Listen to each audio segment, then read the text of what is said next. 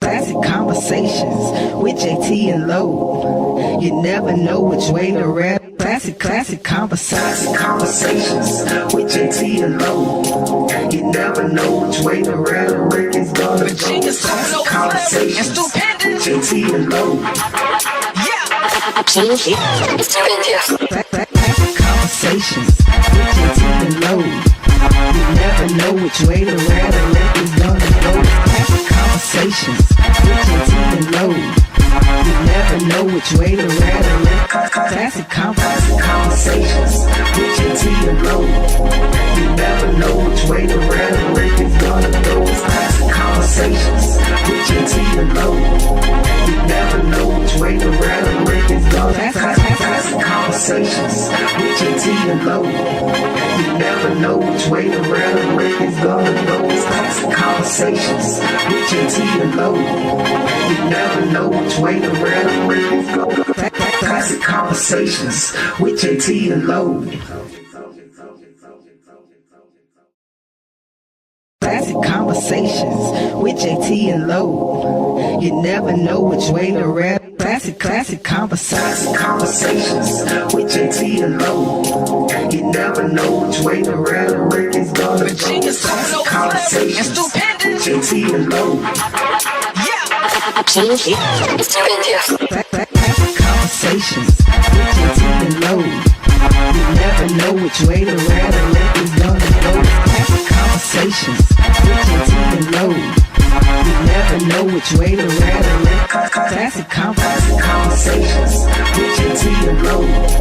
You never know which way to rap. The record's gonna go. Classic Konversations with JT and Low. You never know which way to rap. The record's gonna go. Classic Konversations with JT and Low. You never know which way to rap. The record's gonna go. Classic Konversations with JT and Low. You never know which way to rap. The record's gonna go. Classic Konversations with JT and Low.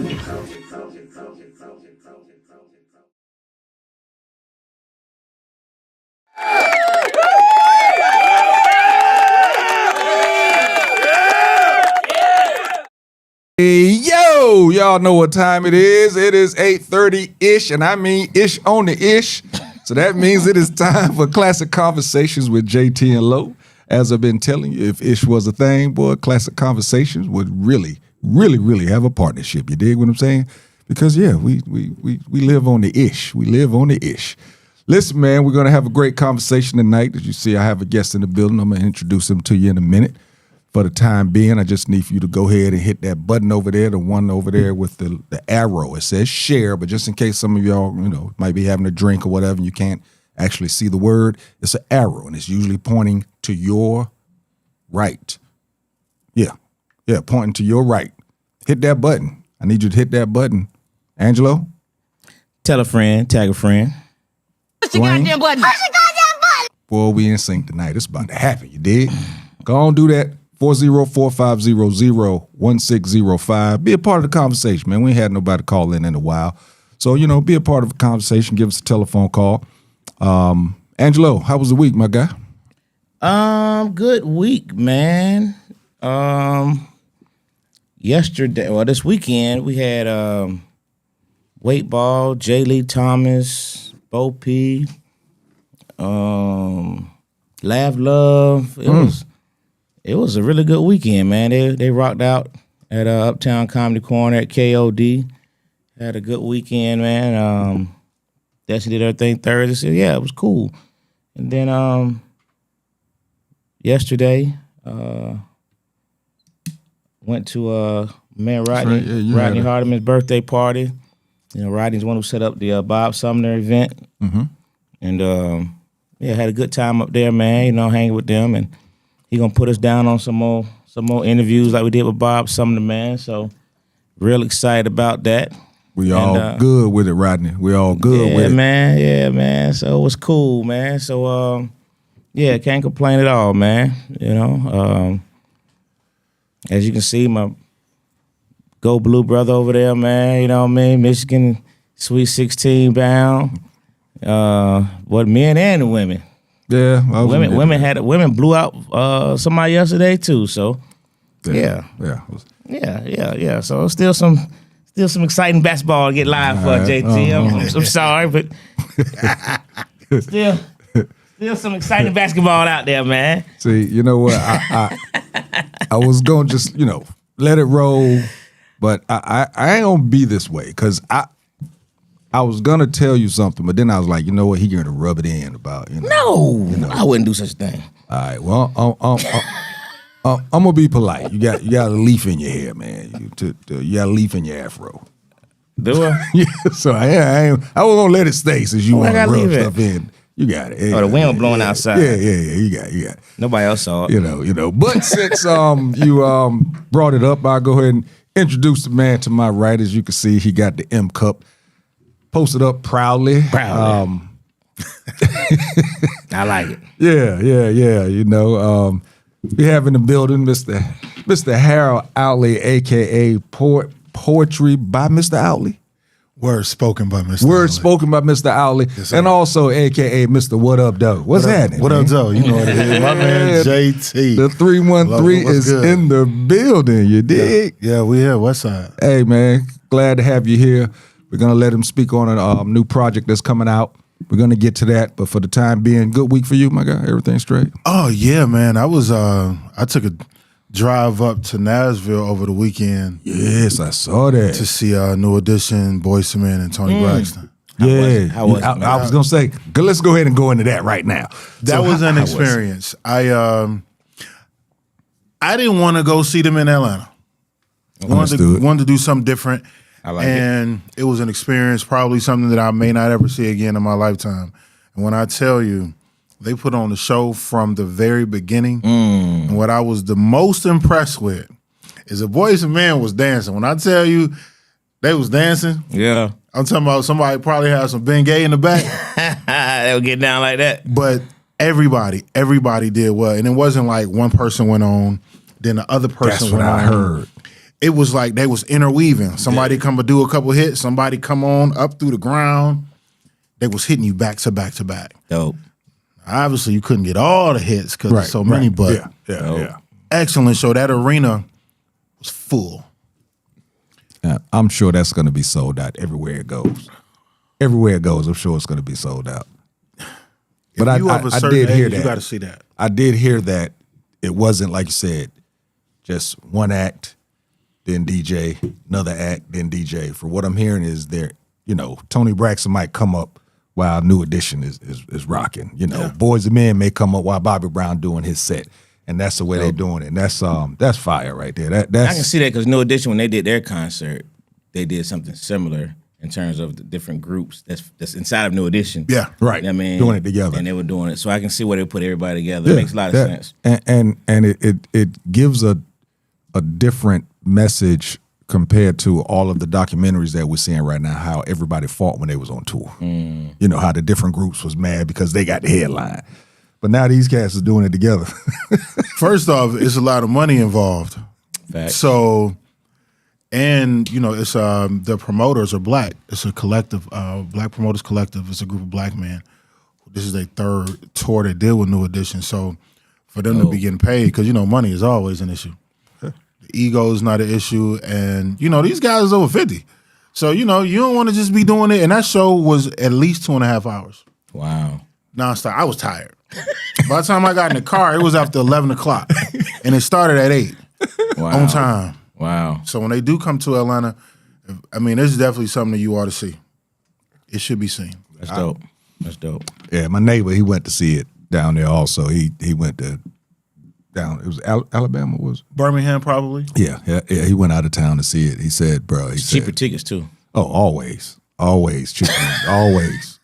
Hey, that gas money, find those smaller markets. Yeah, that gas money Tickets is are not much that high. cheaper. Go ahead and roll out, bro. It's always different like that, man. Always different like that. Yeah. Well, as you know, Classic Conversations, we always jump into our little sports segment at the beginning. So as you can see, they're flexing Michigan Go gear, blue. and I'm kind blue. of like just wearing black and white because my Tar Heels are out. Oh, really? I didn't know that. And my black coach and his white wife, I'm hoping, is going to be replaced But I don't think it's going to happen. I think we're going to end up keeping the coach because I'm seeing some of the names that you would have thought they would give a chance or give an interview to are being hired already. So I have a feeling, because the word was they was trying to come to a resolution where it didn't look like he got fired. As it should. You know, there's going to be like a resignation, him walking away or whatever. But I have a feeling that he's going to stay for another year. I have a feeling it's you going to got happen. don't you have like 2 top 10 recruits coming? We got 2. I know the Mingo That kid. has a lot to do with it. And we're trying to get the Mingo kid's brother. His brother's at Penn State, trying to get him to transfer down to play with his brother. Everybody keeps saying Kenny Smith. I don't see that happening. I don't think Kenny Smith is coach. Why would you leave? And why would he do it? Like you said, when I can sit up and talk about it instead and make and yeah, they got his son there, which really That's stress for exactly. Hey, man. Exactly. I can sit there and laugh and chuckle with Charles Barkley and Shaq. Ain't no way I would do Ain't that. no way I would leave that job. Yeah, there's no way. They go coach these kids. Right, go coach And kids then to do today? NIL and recruit. Oh, man. there's Why no would way, you yeah. do that? Y'all Don't- just got the ESPN. I'm sure the contract is nice. Yeah, Nice. Yeah. You know, You know it's and nice. look, nice with more money and less work. Yes. Man. Because they don't come on as much as they used to. No, they don't. You know what I'm saying? So I don't see that happening. Stephen A. Smith was hollering for it today in some of the Carolina groups that's talking about it, but I just do not see that happening. Yeah. Again, we recruited, we gave Kenny Smith's son, Malloy, for, basketball scholarship, but that seriously was just a legacy offer because He can't play? he's not that guy. No, he and his dad. This is the second Smith that we've had there. Cuba Davis' son got to play on senior night. Legacy. You got to get a legacy scholarship. I could dig it. You know what I'm saying? Yeah, they probably put that in the coach's pay for Hubert Davis. So I get Ain't it. nothing wrong with a little I get nepotism. it. Yeah, ain't nothing wrong with it. Right. Let him play at the end of the game. But yeah, so yeah, that's where I'm at right now. I had picked Florida to win it. They got beat the other night. Yeah, you're gonna lose our pool bad. Yeah. That wasn't good. I couldn't believe that loss. That was just. I don't think it was coaching. I think that was the player that just did a bad defensive play on that by trailing the play and all of that good stuff. I think very few people who are not Michigan fans actually picked Michigan. So now Florida gone, everybody's gonna lean towards Duke since Duke beat Michigan earlier in the year. But In a good game. so it was a good game. It's a little different now though. Yeah, I think people are. I don't think the people that picked Florida is going to lean towards Duke. The only people that's picking Duke are Duke people. Nobody else wants Duke to win. You don't think so? No, nobody Based else. on wants who's left over there, the only Arizona. team Arizona's on our side to even get to the championship. Well, yeah, I'm just talking about y'all got to play each other. We'd have to play Arizona to get there. Florida was on the side with Houston and Duke. Oh, I didn't. So Duke's the other 1 seed, Houston's the 2 seed. Oh, I didn't realize. It's gonna get that. interesting. Wow. Yeah. Wow. Yeah, we would have to go through Arizona, but they got to go through Arkansas. So That's just.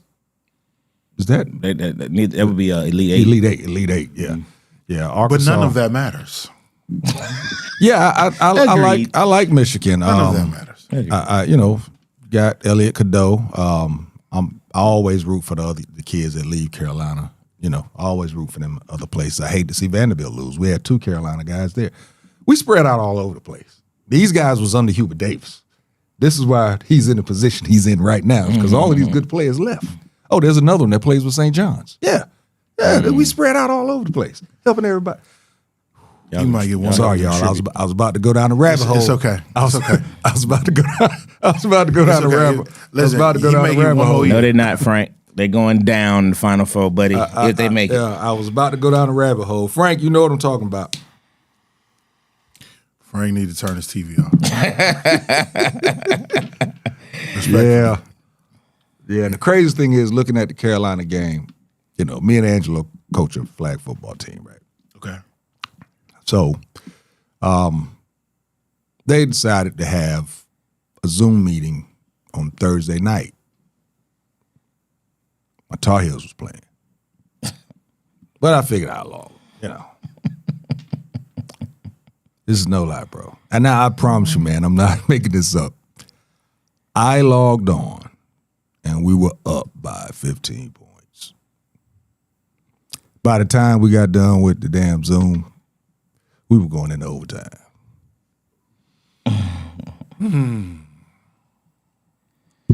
I know it hurts. Yeah, I was blaming the Zoom Because it took my attention away from where it should have been a little bit. Like I said, I can go down a rabbit hole.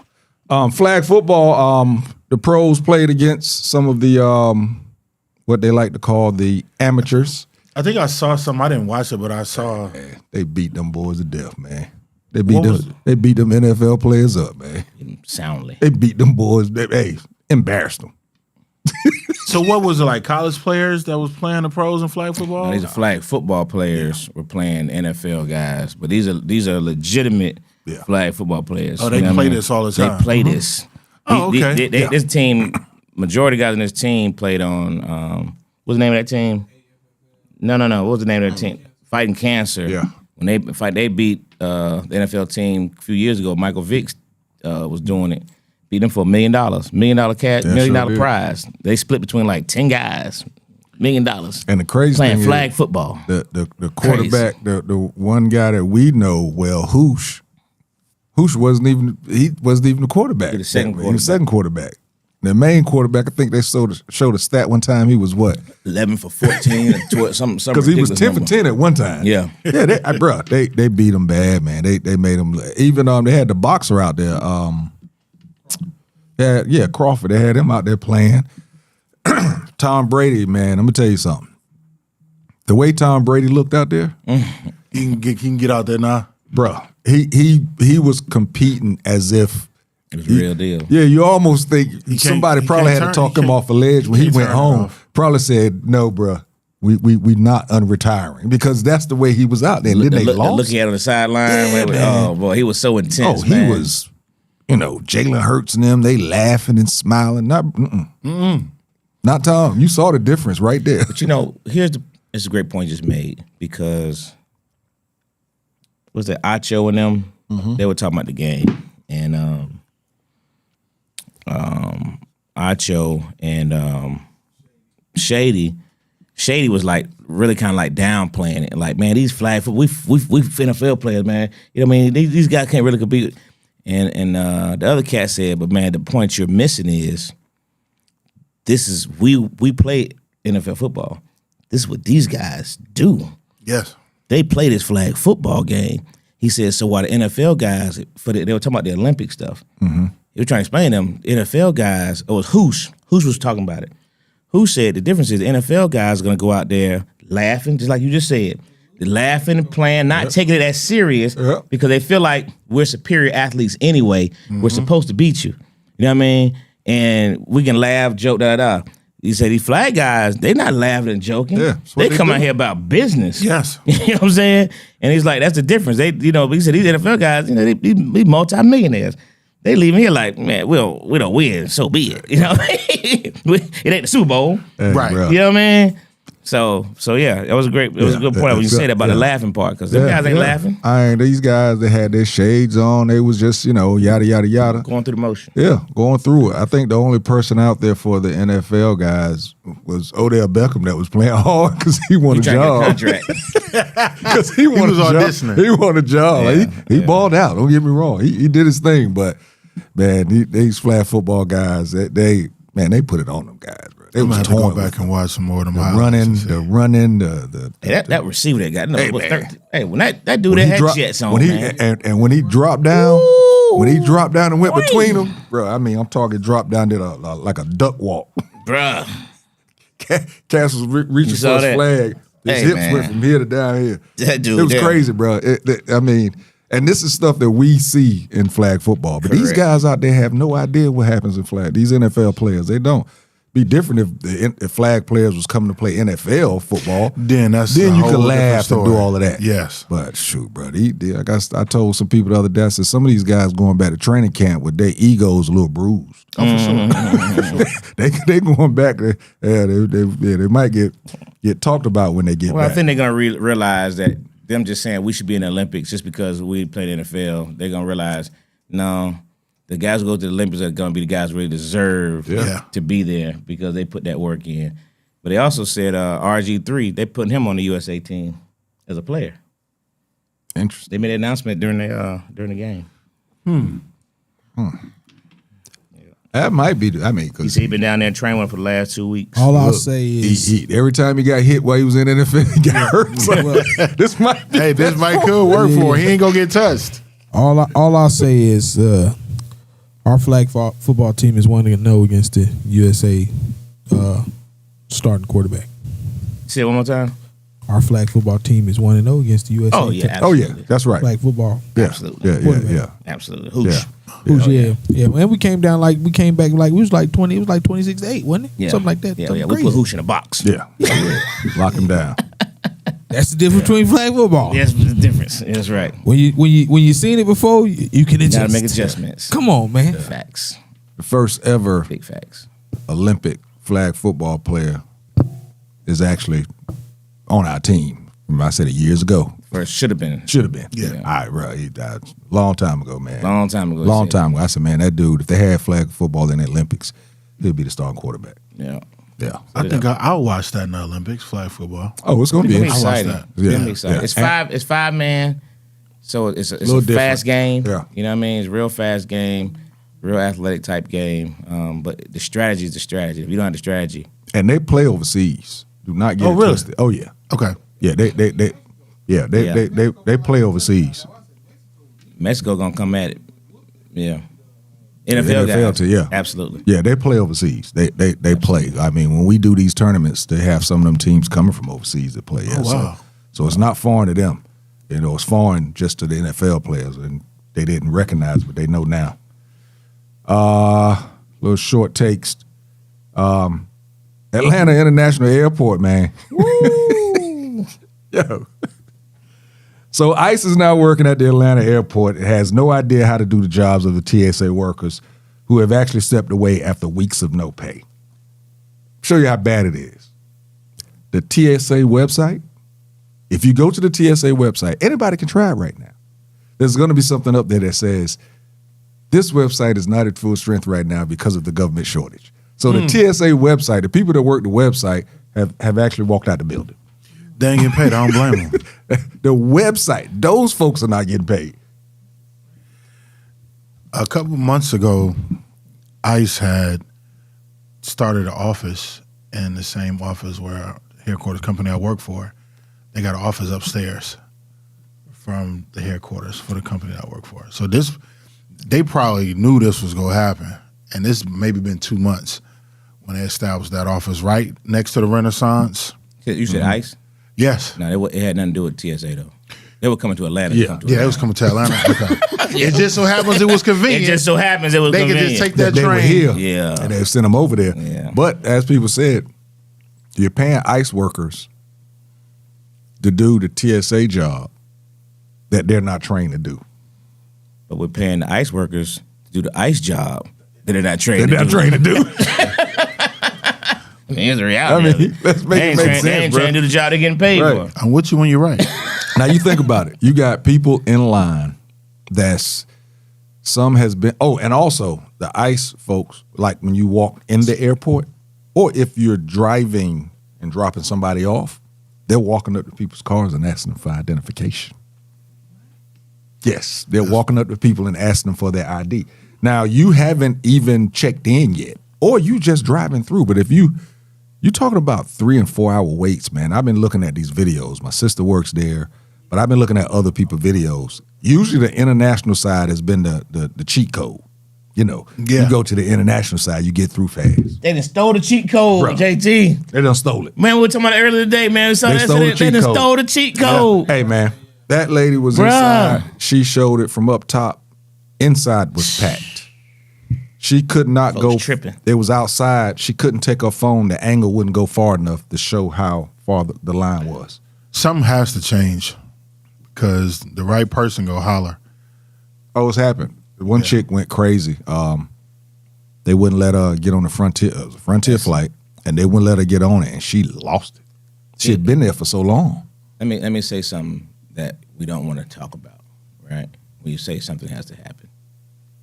Here's what we have to be really mindful of.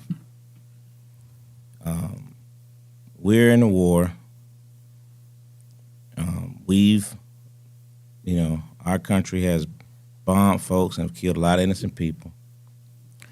These folks have already said they're going to retaliate. Now, you got these long lines at TSA. Damn. An enormous lot of lines, and they're at all the major airports. Mm-hmm. What's the softest target at the airport? Wow, bro.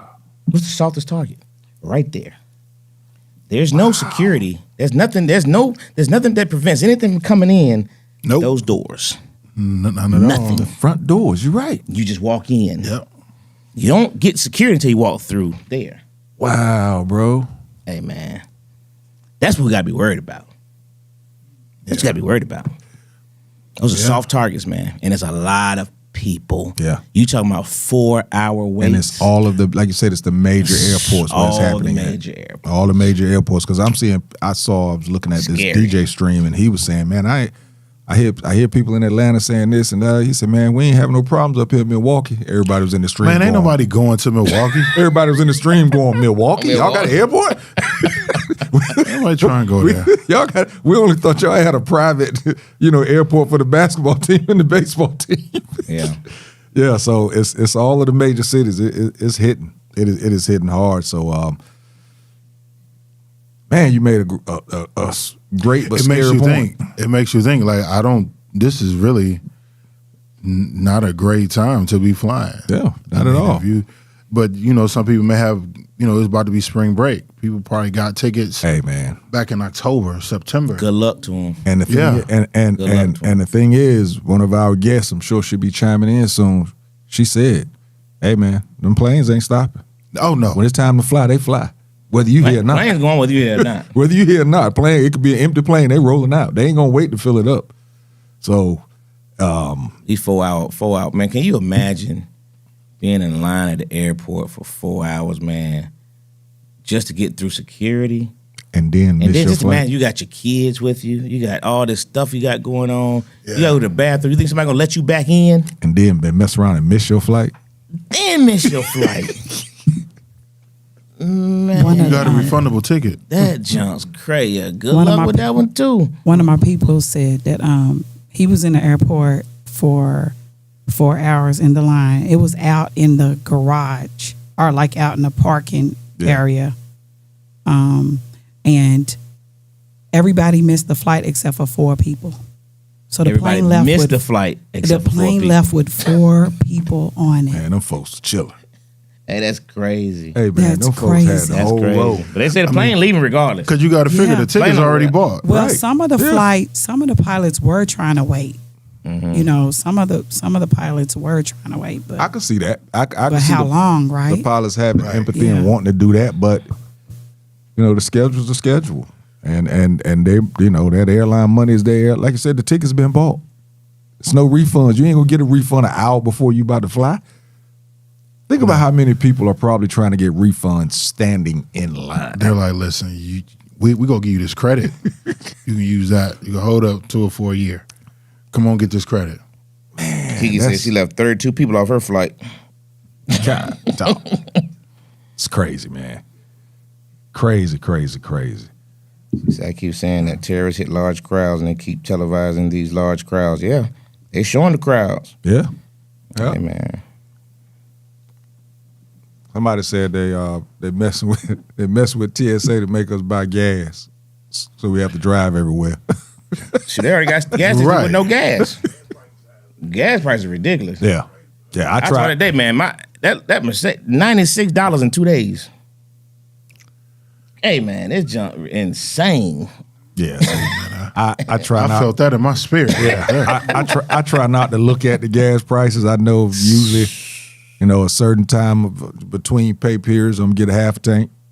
And then the other time, I'm gonna get a full. Luckily, I get the little BJ's discount. But even that, I was pumping the gas, and after it was done, of course, you look at the final number, and I was Yeah. like, wait, what the? I said, oh, that's right. The prices went up. Yeah. You know, I try not to pay because if you look at it too much, like you said, man, it'll take your spirit away. It will. It will take your spirit away. It'll have you living life differently. I mean, it'll stop everything. So I try not to look at it. I just, because shit, got to get gas. Yeah. Right. You like, if I don't have to go, right, I'm not going. Yeah. Oh, boy, what you talking about? Mm-hmm. Yeah. I watch anybody at the airport right now, man. You gotta really, really, really want to go somewhere. Want to go somewhere. To wait in a 4-hour plus line, man, you gotta really, really, really, really want to go somewhere. Really be invested in whatever trip you're going on. Because say you're going on a cruise for 7 days, like you've been planning for this maybe 10 months. Yeah. Yeah. And you didn't know this was coming, so what do you do? That's real. Yeah. That's I think real. the most people there, they had plans. Yeah. You're not just flying randomly just to be flying. Right. You've been strategic and you have some stuff to do. And He place to said go. pilots make a lot of calls, but that ain't one of them. The plane got to go. And with spring break coming, it's gonna get worse. She got left 32 people. She got cussed out 32 times. I can only imagine, man, because it's the same, man. And like I said, it's gonna get worse before it get better. That's the sad part. That's the sad part. Oh, that's like. And then you got ICE in there. And they ain't already they locking up people. Running tensions up even more, bro. They showed the thing at San Francisco airport today, man. You locking up this old lady. You know what I mean? We supposed with the security line running out the way. You were this what you doing? This what they own. She is not a threat. Bruh. That's what you doing. Come on, man. Yeah. So you walk around with you walk around with these masks on. People are already frustrated because of the lines. Folks ask for IDs just to be asked for IDs. The airport already was combustible anyway. So now, right? You know, folks trying to get back outside. Some airports, they ain't letting you wear pajamas and bonnets no more, so they already mad before they get there. So it's just add ice to it. It's a lot. It's a lot. It's a lot, man. How stress. It's a lot. All right, we're going to hit this topic, and we're going to take a small break. We got another guest that wants to join the table. Then we're going to get into... Yeah, Frank said, I heard Lady Cop. Where's she at? We're going to get into it. Let Mr. Owley talk about his upcoming project. Pastor Jamal Bryant entered a year-long Target fast boycott in March of 2026, this year, so it started last year, following Target's commitment to meet 3 of the 4 demands regarding DEI and financial support for Black-owned businesses. He claimed progress, but then he got a lot of backlash for ending it, and he issued an apology saying that he didn't read the room correctly of his community. Now, Pastor Brian has a pretty big, church. It's huge. It is huge. How is he misreading? Point, Ray. How are you misreading your people and you do this probably 3 or 4 times a week that he's actually preaching to his folks in church? How do you misread as the pastor, the leader of your flock? How do you misread the words? I just said that we're going after this. Yeah. I said we're going to hit this topic, then we're going to... You said she gonna comment. she knows she gonna comment. She gonna comment. No, you good. Go ahead. Go ahead. You miss what your congregation or the people around you want when you don't listen to them or ask them. I think he just made that decision on his own and came out and said it because everybody was outraged. A lot of people were outraged about that. Like, we didn't choose you to represent us to say yay or nay. And it's a collective decision, right? Because when we did it, it was a collective decision. People were posting saying this is what we're going to do. Mm-hmm. Join us. So when you start saying it's over and you have a big audience and we're not agreeing that it's over, that's a problem. I don't think he asked anyone. So I wonder if there was something at Target that he wanted to get. Well, JT's right. Somebody got in his ear. Been missing out on for the last year. And that's what everybody said. They said, did he get how much big of a donation did he get? Target made 2 big initiatives, and I don't remember exactly what their dollar amounts were. Okay. But Target made 2 big initiatives to the black community and black business. And Jamal Bryant, based on those initiatives, said, this is what we were looking for. You've met, what we're trying to do. That's why he's supposed to end the boycott. So some kind of deal that he made with Target. Now, as I always say on this show, you ever want to find out what it is, follow what? The money. Follow the money. Follow the money. Follow the money. There's a money deal that was made with Target and Brother Bryant. I knew it. Whether it was Brother Bryant directly, whether one, but there was a something. deal made. Yeah. Target did 2 initiatives, and he felt like, okay, good job. This is what we needed. We can end the boycott. And these folks like, wait a minute. Hey, we did. What? How did it help us? You know what I mean? Yeah. It's We gonna come riding out. with you. How did it help us? Right. It's gonna come out. It's gonna come Just a out. matter- Oh, yeah. Just a matter of time. It may take a minute, but it's gonna come out. Oh, yeah. Hey. Yeah.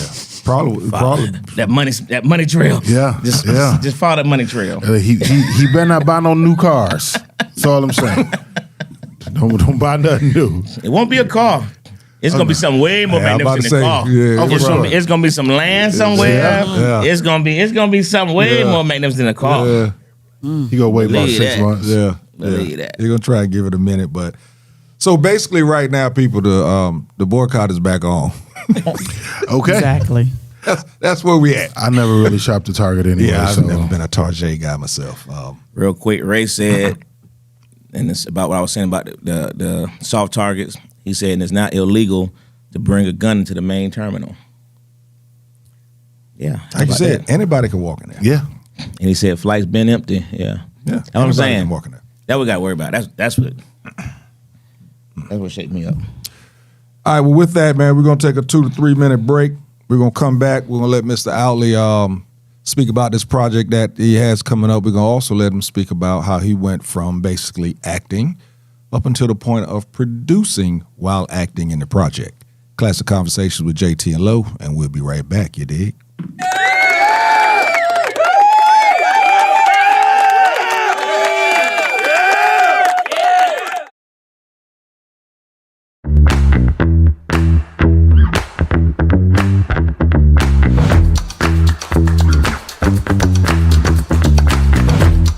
New phone. Listen, man, I've had iPhone 11 for a long time since iPhone 11 came out. What? Yeah, iPhone 11, and I wore it with pride because I was like, I'm not getting a new phone every time one of these things come out. That's fair. The whole family got better phones than me, and it's okay. So I'm at Sam's, right, and I'm unloading my cart, and my mom calls me. I put it on the speaker until I get my Bluetooth. You look in the parking lot, it was dry to the left, it was dry to the right, it was dry everywhere you could see. My phone's on the back of the trunk. It fell down in the only freaking puddle in the entire area. And that phone went face first. That joke ain't been back on since, man. It went zoop. So Lord, I'm gonna just go and tell you something. That iPhone 11 decided it wanted to die.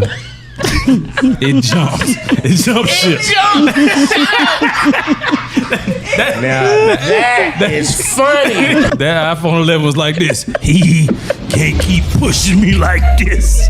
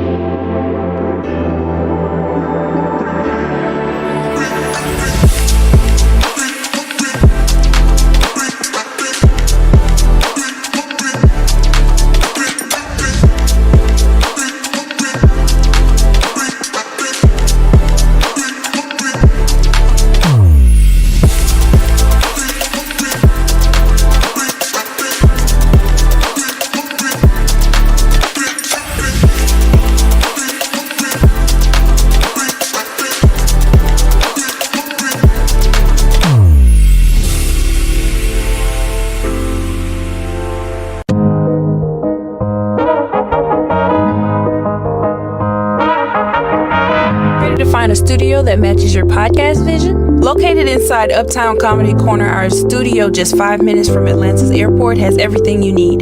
From high-quality equipment to multi-camera setups for live streaming, we've got it all. With 15 plus years of experience, our team ensures smooth sessions with editing and post-production services at an additional cost. Plus, our competitive pricing make it easy for creators of all levels. Contact us at 404-500-1605.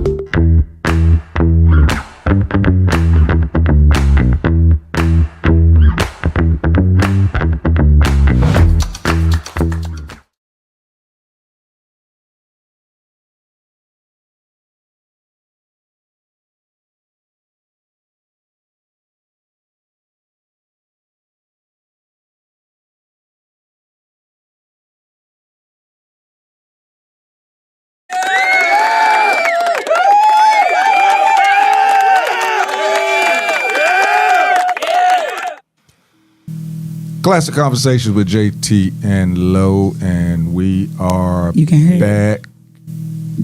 I see. I heard it. Is it vibrating the table? All right.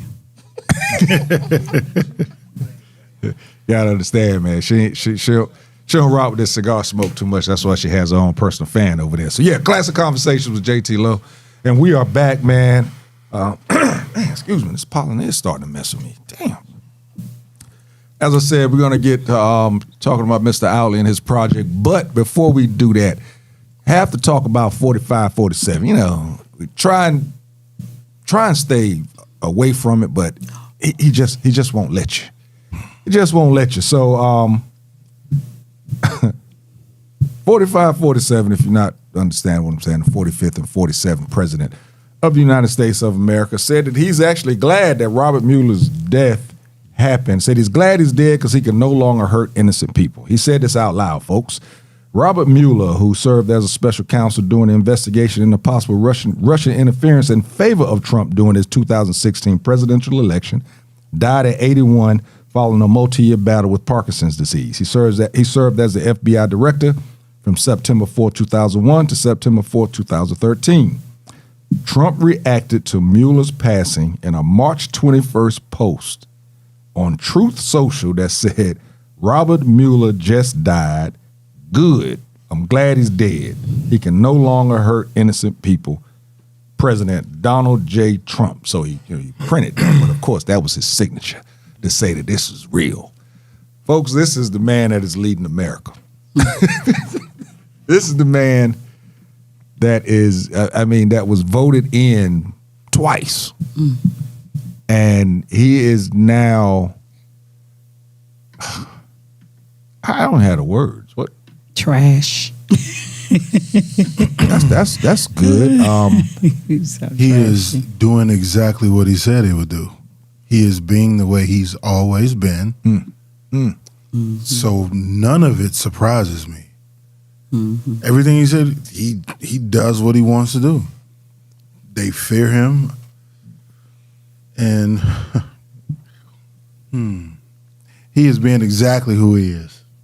And people voted for him. And if you did not vote, that means you still voted for him. Mm-hmm. Ooh, boy. Facts. Ooh, boy. I mean, he's right. He's a baby Folks don't man. like to hear that.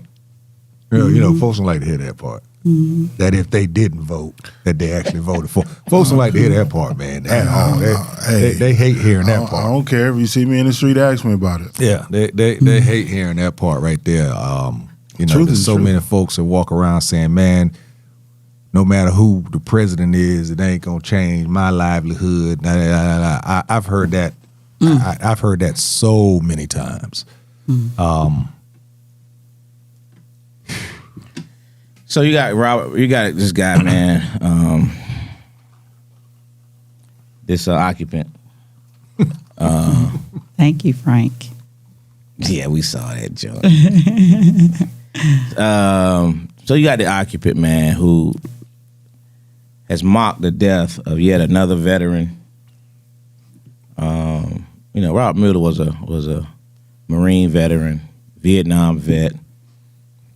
Took a bullet during Vietnam, healed up, went back to fight again, got a Purple Heart, and then did all that time with the government that you already read out. And the occupant of the United States says, I'm glad this man is dead. So, and you're right. This is who he is. My concern, and is not even towards this guy, because this guy's a bumbling.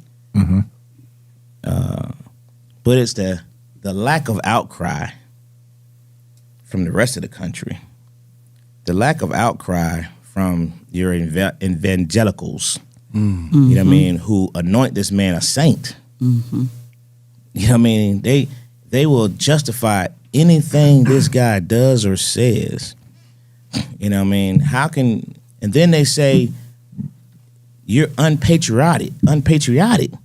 This man mocked the death of a veteran Purple Heart recipient. You know what I mean? If that's not unpatriotic, I'm lost then. What is it? Right. You know what I mean? This man, but there's no outcry. Now, keep in mind, the vice president occupant wanted to have people, remember he told people, report your neighbors when they were talking about when Charlie Kirk got killed. Right.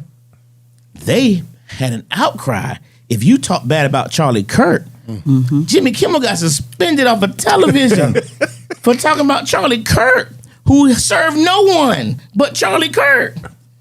But this is a veteran who served the country, and you said, I'm glad this man is dead, and nobody says nothing? You know what I'm saying? And nobody says nothing?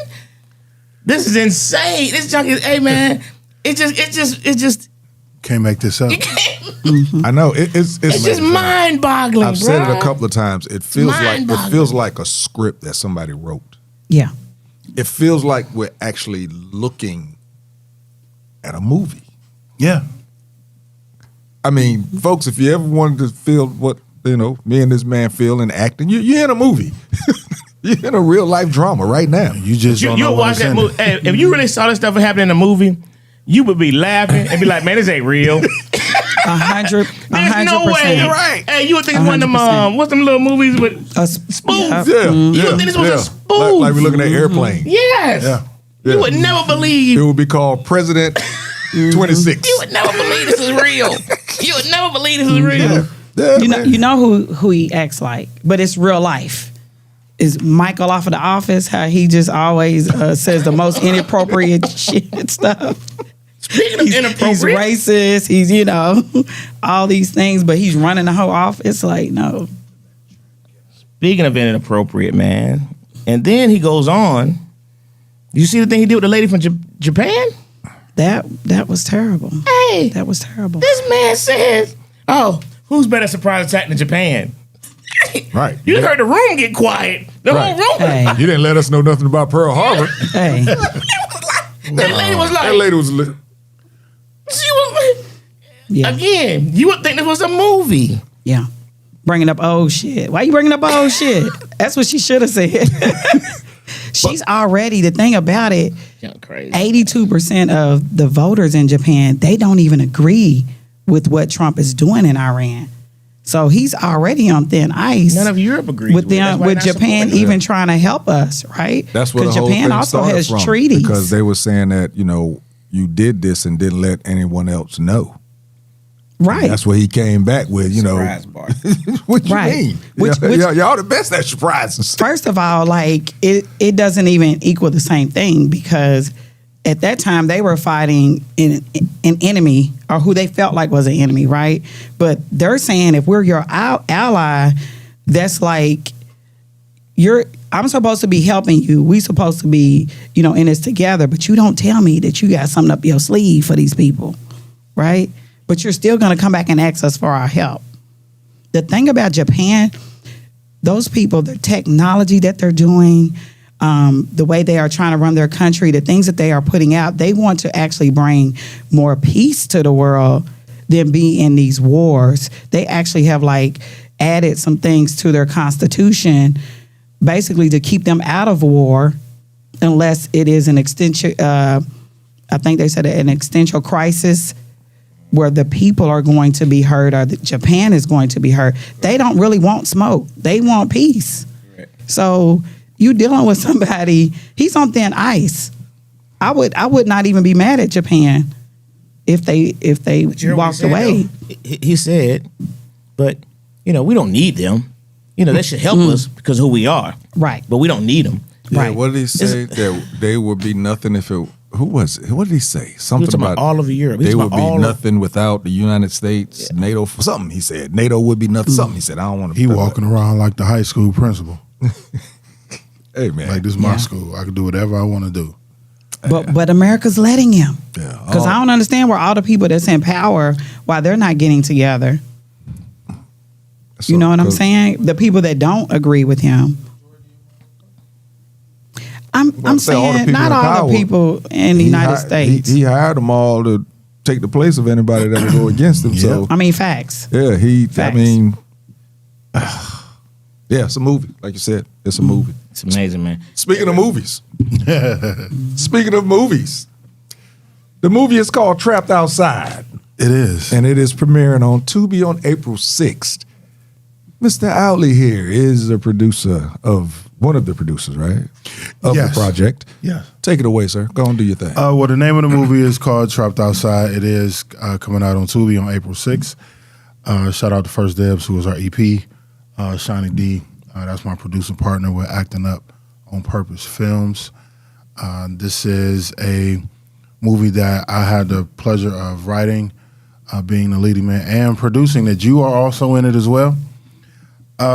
It's about a woman who's a former police officer who had a terrible husband, and she went through something. And I played a terrible husband. And he you find, took her through something, y'all. Oh, my bad. Go ahead. yeah, see that right there? He did. So you see what happens after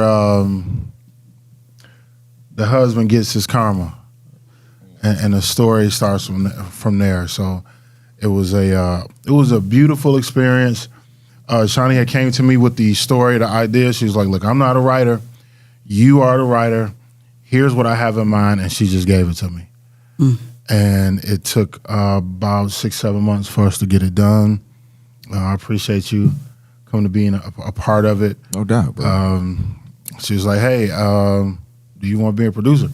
And I didn't realize things that I was doing was already in a producer realm. You're doing right. But to be officially a producer for this film and learn and see what goes on behind the scenes, because all the people see is what's on that screen. But if you knew what it took to get to that point, that's why when it's over, everybody drink a bunch of alcohol. But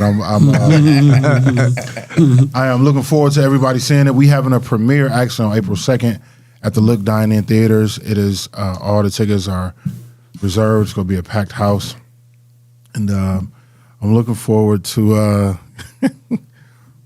being threatened. Yeah, right. Now I don't want to. We don't want to spoil, the movie, so we're not gonna say too much. But Nope. he wasn't like Tyler Perry horrible.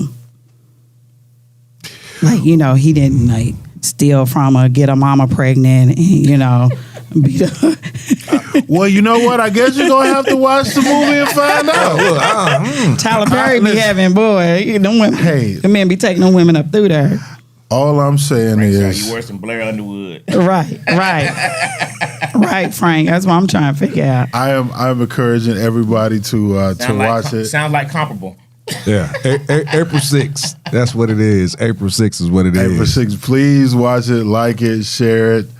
I'm in about 39 Tubi groups, so I'm looking forward to everybody's response and looking for people to actually seeing it and giving their feedback, good, bad, or indifferent.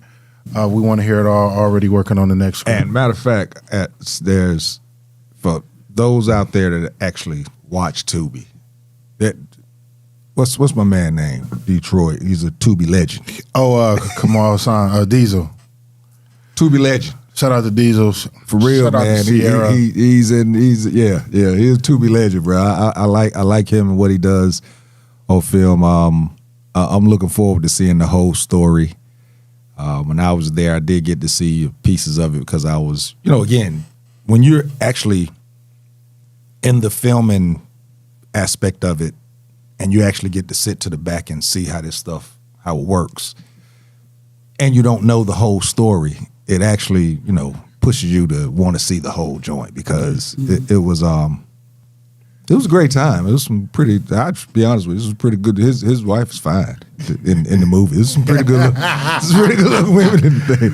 Yeah. Hey, remember the TikTok video? We have a beautiful cast. Yeah.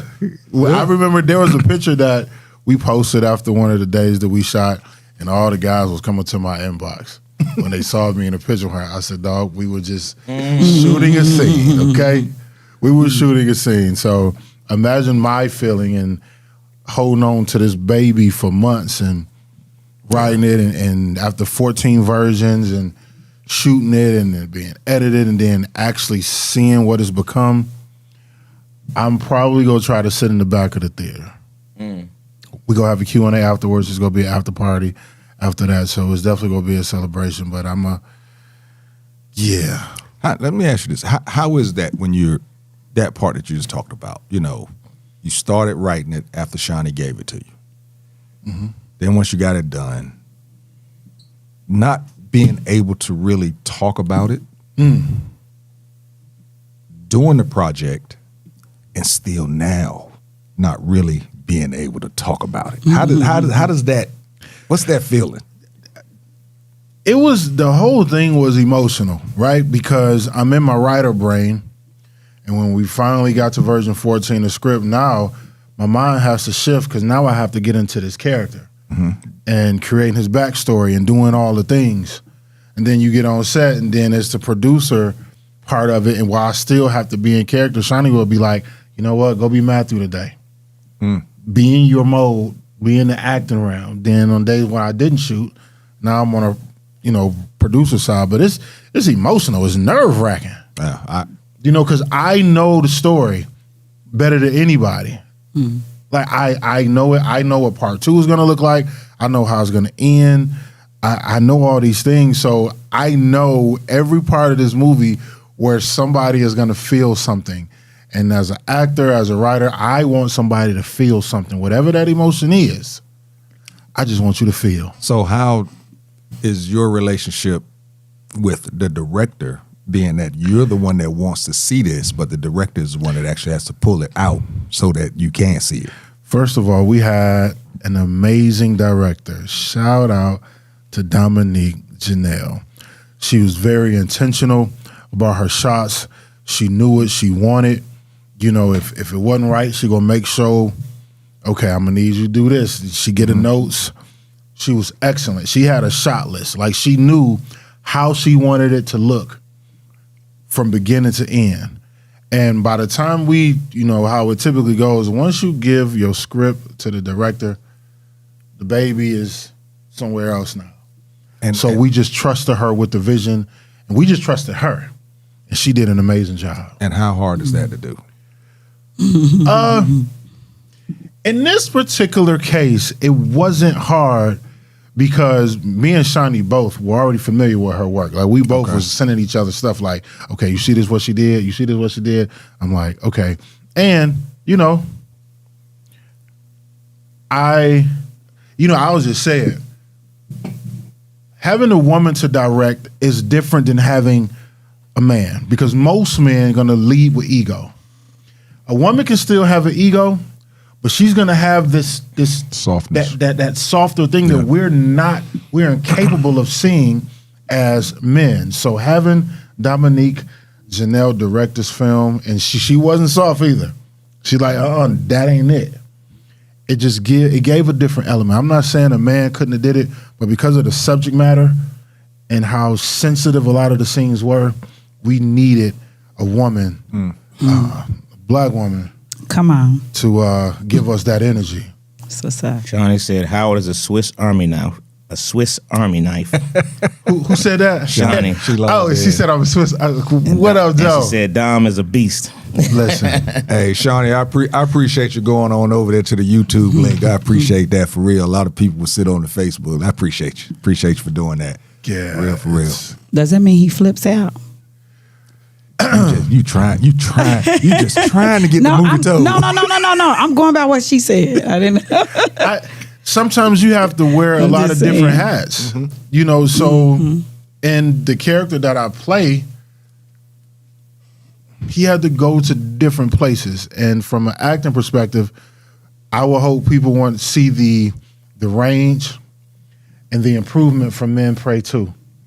Because I know the work that I've put in. I know I take everything seriously. So again, if I want it to be believable and I wanted people to feel. I like that. I want to be believable. If people can do those two things and the story is good, because how many movies you seen, the story was good, but you like, okay, y'all ain't like the acting. Yeah.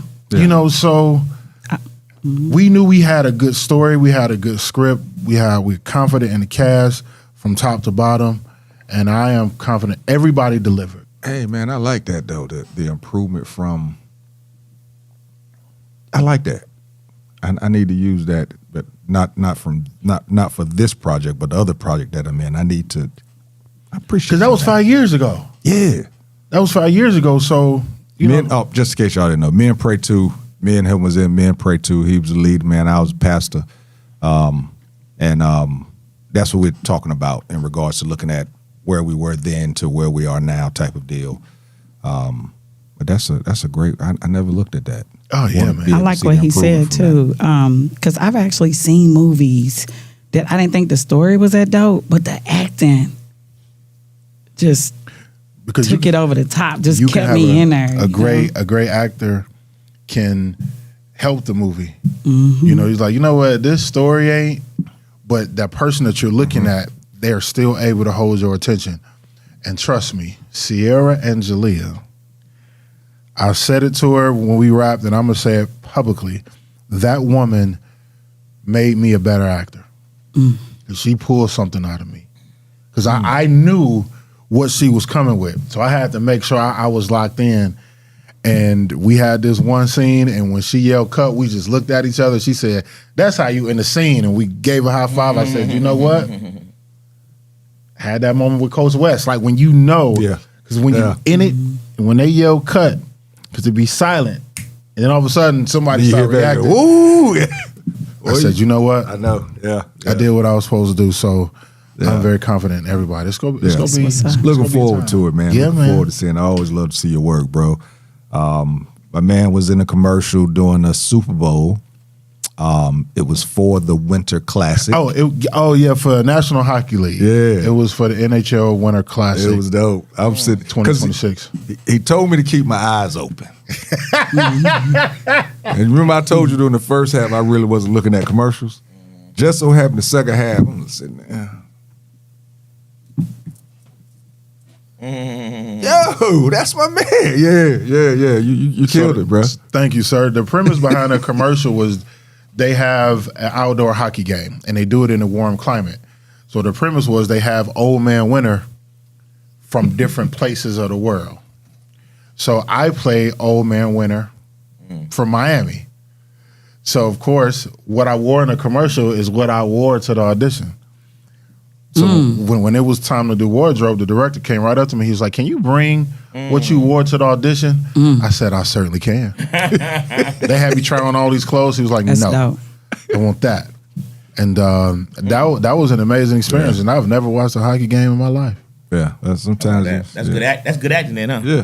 Hey. Sometimes you have to go there, man. How was that experience though, man? Because you second or third person I've known now to actually be in a Super Bowl commercial. Though. How was that experience to know that you? I mean, there's no bigger name in sports than Super. It wasn't the Super Bowl. It's the National Hockey League. Oh, okay. And you know how like the NBA they may have an All-Star game, or the baseball had a. It's similar to that. Gotcha. It's still huge. It's the one game they do per year, and it was huge. But that was my bad. I said Super Bowl. Yeah, I was going to say I thought somebody. I said yeah. It was nerve-wracking because it was a major scale production, and knowing where I fit in the lineup, and knowing I was the only person that looked like me out of the old man winners. Great actors, but I knew when they came to me, when I read the script, I was like, yeah, this is about to be something. And to have all these cameras, all these people, and they like, okay, it's your turn. it's pressure, but I love that because I was prepared. I was prepared for it, and that's what you want, though. Absolutely. And then you around other actors that are good at what they do. I'm like, you know what? I ain't coming here to play with y'all. I couldn't be here. I wouldn't be here if I couldn't be here. Gotcha. So I went in there with a mind state like I'm prepared. I'm ready. Whatever they need me to do, and it was a blessing. My mama was happy. That's what's up. Yeah, my mama was happy. That's what's up.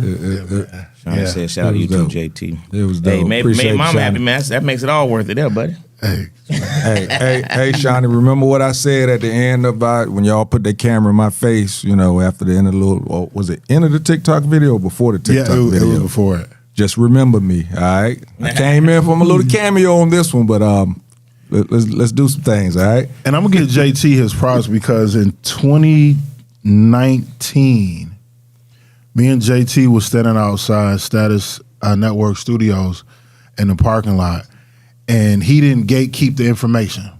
He told me about Actors Access. He told me, here's what you should do. He gave me the game, and a lot of guys wouldn't do that because everybody's so competitive. Everybody want to be the one, and I get that. But he said, hey, bro, you got something.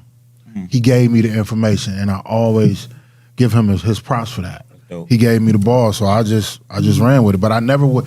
I'm not saying I wouldn't have found out, but he was the one that gave it to me. Yeah.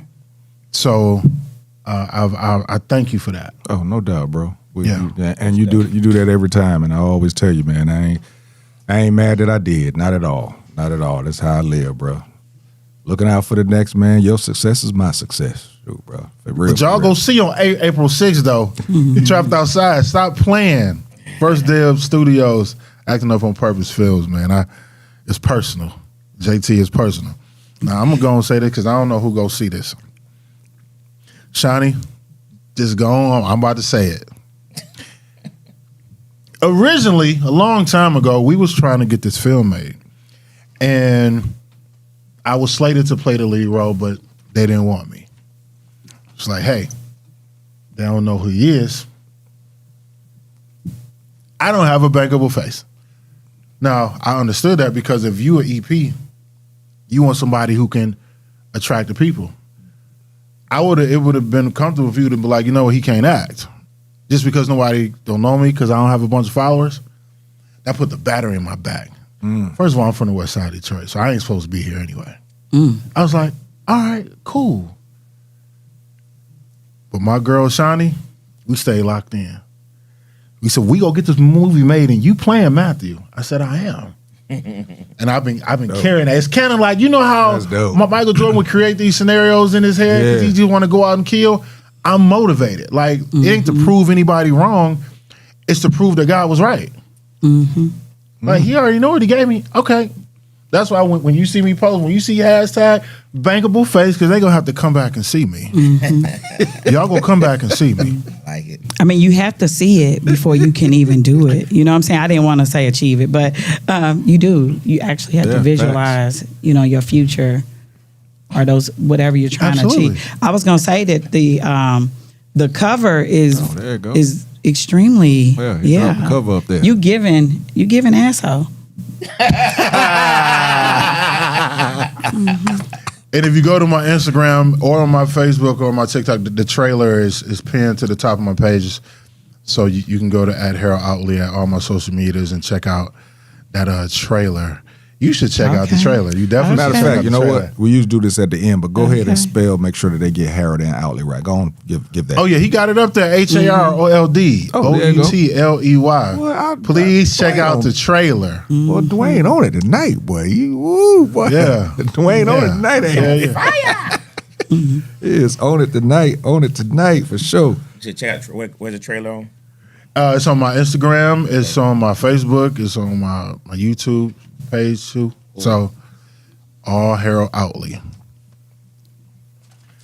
So Appreciate you, man. Shawnee, Dwayne, appreciate let's see you if we also. can find that trailer when we close out tonight. We play the trailer Drop on the that way out. on the way out. That would be dope. That would be dope. Oh man. That would be Oh dope. yeah. Frank says, you know that I did win Best Actor for my improv scene during my Fresh Delta Gent pageant at the West. I still have the trophy somewhere, and I'm sure there's a VHS performance. Sign me now. This dude, man. I told you, if he gets a nap, he's dangerous. Frank, wasn't that when y'all were wearing them shorts and little skinny vests like y'all was somebody? Hilarious. This dude, man, is sick. Man, I appreciate y'all having me, man. Oh, no doubt, bro. You know, when you hit me up, I was like, bro, you know the deal. Let's get you on in there. Just wanted to make sure we got you here at the right time. And if you're not doing nothing, on April 2nd, the after party is going to be at Harold's Chicken and Ice on Panola Road. Yeah. April 2nd is a Friday. Thursday. Yeah, out on school night. You know, we can work with it. Our movie starting at 6. Yeah, trust me, I'll be in bed early. If I was at home, I would have been asleep 45 minutes ago. I'd be in the gym at 4:30 in the morning, so I'd have been asleep. Hey, brother, let me give you that too. The transformation, man. You rocking in that gym. A big shout out to you, bro. Thank you, sir. I had to change my life. You rock. You killed it. Thank you, sir. Yeah, you killed it. Yeah, one day I might have to take my shirt off in a movie or something. Wait. You've done that, haven't you? Oh. Yeah, but it don't look the same that I did a Man Pray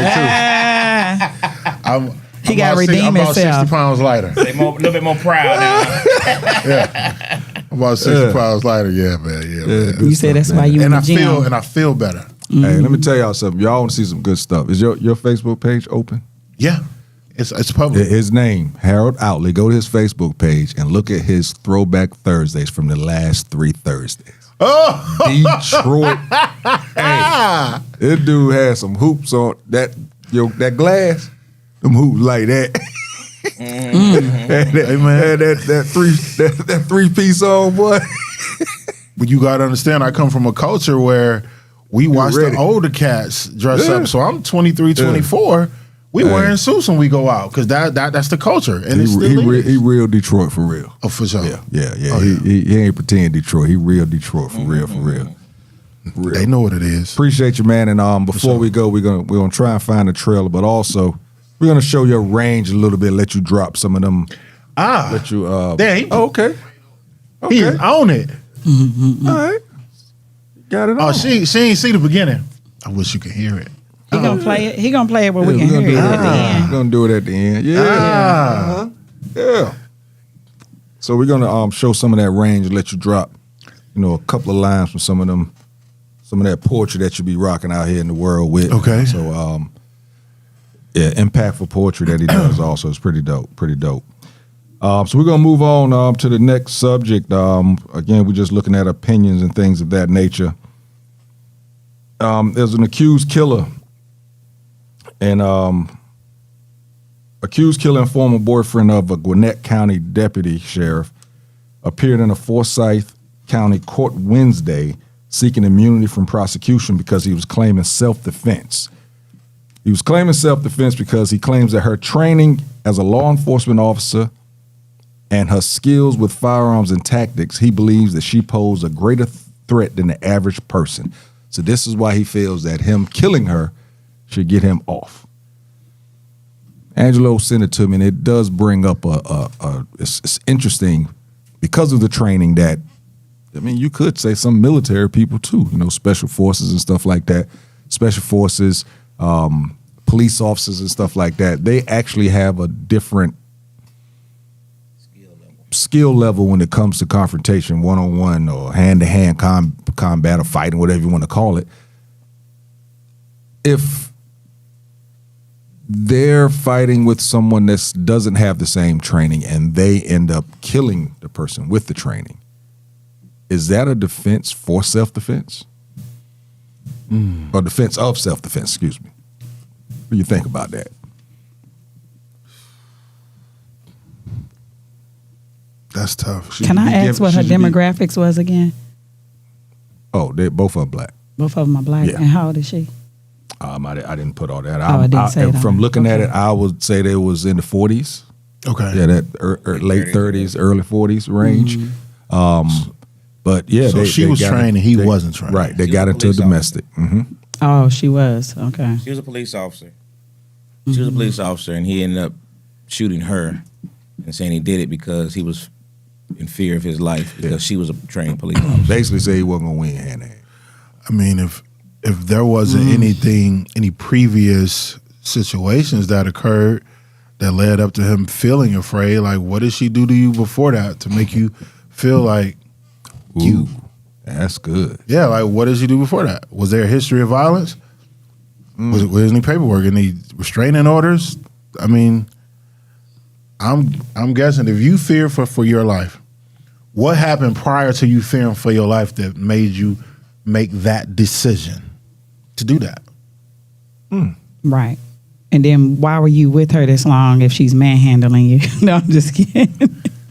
I'm just saying, like to go straight to shooting, you can't disarm. I just watched the video earlier, and the guy, they didn't even do nothing to this girl after she shot up the whole police car. Like, I don't know. Dwayne is on it. I see what you did right there. He's got it froze on my face. I'm looking crazy right now. Supposedly there were previous. I was in it too. I was in it. Look at something today. Hey, Yeah, supposedly there were previous disputes between the two. Okay. It didn't say how far it went or whatever, or whether there was any arrest made, but there were previous disputes between the two. So they have had Physical domestics. Okay. But domestic could be just arguing. I don't know what it, but like I said, for him to pull the gun out and kill her, I'm thinking that it had to be physical. not necessarily. I'm agreeing with you guys because it can always be that scenario, but at the same time, that's what we would have to see what the reports say. Because if he may have been the aggressor, I've worked in 2 different shelters, domestic violence shelters, and a lot of times it escalates when a woman is ready to leave. Again, I'm not saying because I don't have the whole. Let's flip it. All the information because it could be that way. Let's flip it. Just the information that we have. Let's see if this is the woman that killed the man. Is it more accepted then? Oh, so if you want me to clarify on that, normally they've changed some of the laws. They're trying to work on that, but normally women get way more time than men get because they say that women plan it out, right? Whereas they can say a man did it in the heat of passion. If he chokes a woman out or something like that, they say a woman historically they have gotten more years than men get when they murder their spouse. Interesting. Mm-hmm. Yeah. But he was arrested. I guess the question, if I'm understanding your question correctly, would it be if the shoe was on the other foot, if she had killed him and he was the police officer, do you think she would have got arrested? That's more so I think. Yeah, she still got arrested because somebody got killed. Mm-hmm. I don't know if she would have. When you kill a police officer, though, so he didn't get arrested. I think she would have. I think she would have got arrested, but I think off top she would have got more the benefit of the doubt, just because people will automatically assume he might have been abusing this woman for years, and she got fed up. Oh, she had a restraining order. Ah, okay. Okay, so wait a minute. So he's locked up or he's not? He got arrested. Okay. Sure. Okay. I was going to say because oh yeah. If she's got a restraining order, and she's a police officer, he's definitely. I think that. Go ahead, Michael.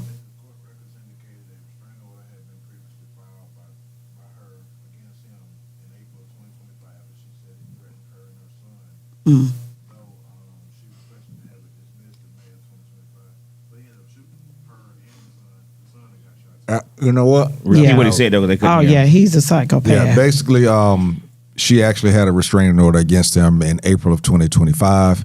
She requested for it to be rescinded in May of 2025. Is that what you said? Mm-hmm. May of 2025. So there was some domestics in the past. I mean, they got back together. Mm-hmm. Oh wow. Yeah. So, I think I read someplace with the son. I think the son did get shot. So the son got shot, right? Yeah, he had. Yeah, he has no. He has no defense. Oh, I was about to say, yeah. So that does fit. I said because I saw this right before I left the house, and I was trying to get it, but I didn't get it all. But I did see something about a son, and to me, he has no. It has no defense with that. But again, I like to pull some of this stuff just to get subject matter, not just on that case. But let's just say, if this was a man and a woman. We'll go with the man first. There was no child involved. Let's say there was domestics prior to, and this woman may have been, let's say the woman was beating his ass, with lack of a better, beating his ass a little bit. And then this certain time he pulled a gun and shot her. And then let's say reverse, if it was man and a woman, man being the cop, been abusing this woman physically for months or years or whatever, and this time she pulled a gun and shot him. Who would get the benefit of the doubt in something like this? And can you use the defense of they were trained to kill, maim, whatever you want to call it, as part of your defense? I think in general, a lot of those cases, there is a double standard involved. It's automatically assumed away. Mm-hmm. Not saying it's right or wrong, but it is a way. But I don't think both situations would be looked at differently, just off first glance. Mm-hmm. Yeah, off first glance, yeah. Mm-hmm. I can agree with that. Yeah. I definitely think that in most cases, because either men don't come out or you just don't see a lot of cases where a woman, they're in a relationship and they're reporting that the woman is doing X, Y, Z, right?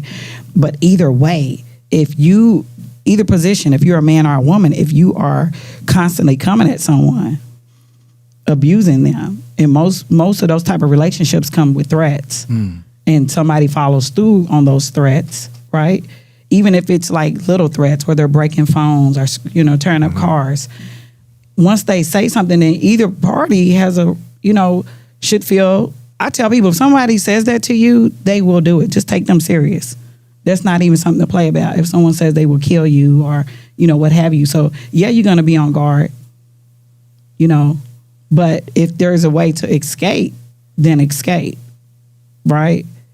If there's not, then now you're in the catch-22. I do hear a lot of people, and I'm part of them sometimes in regards to in domestics. I always say, why didn't they just leave? And a lot of, there's a syndrome. There's a couple of different syndrome names that they have for it, to where they won't leave or whatever, yada, yada, yada. But we never really talk about it from the man side because, again, men don't, like you said, they don't report it. I remember when COVID first hit, they said there was a lot of domestics, Home Depot, because I know somebody that worked there.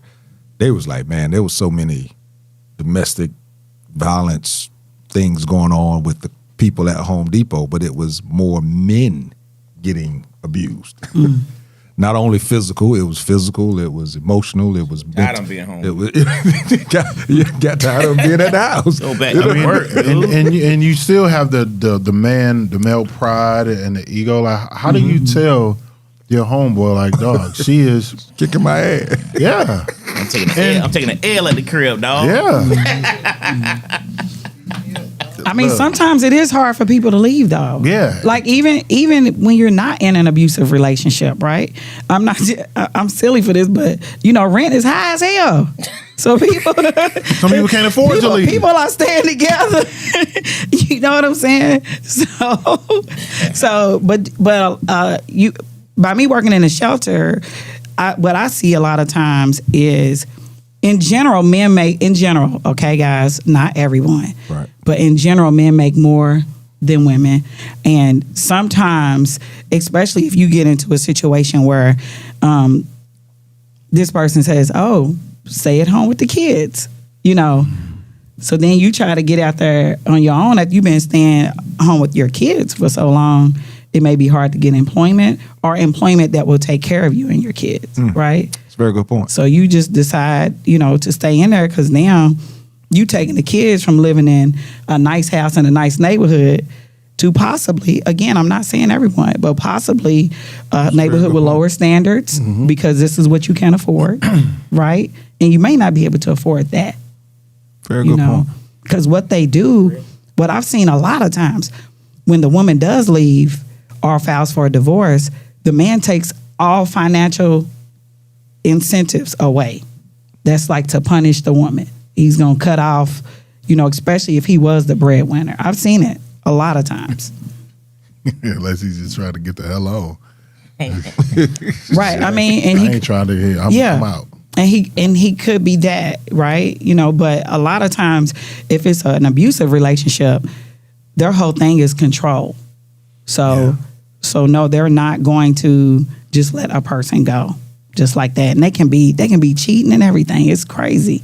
But they still want that control over that person. Can we just keep our hands to ourselves? Next I thing. agree. Can we just? Then we're going to move from this mental abuse, physical abuse. Mental, same thing as psychological abuse. Verbal abuse. Those three. Let's go mental, verbal, physical. Out of the three, which do you think is worse? I think all three are equally dangerous, but probably the mental, because somebody could not be physically putting their hands on you, but mentally damage you to the point where you would want to do something to yourself. Facts. So I think they're all play a part equally, but that mental, because the bruises will go away. But what's in your brain? It's so mentally that it physically beats Facts. you down. Yeah. Facts. And what makes it, I agree with you 100%. And the other thing is that it's hard to prove it, right? It's hard to be like, you're doing X, Y, Z to me. Yeah. when it's mental, right? Because a person, it's hard to even play games with a person that's mentally abusive because you're not on their same level. You're not even thinking like they think. These people are diabolical, Now, a lot of people, you don't know, but just your opinion.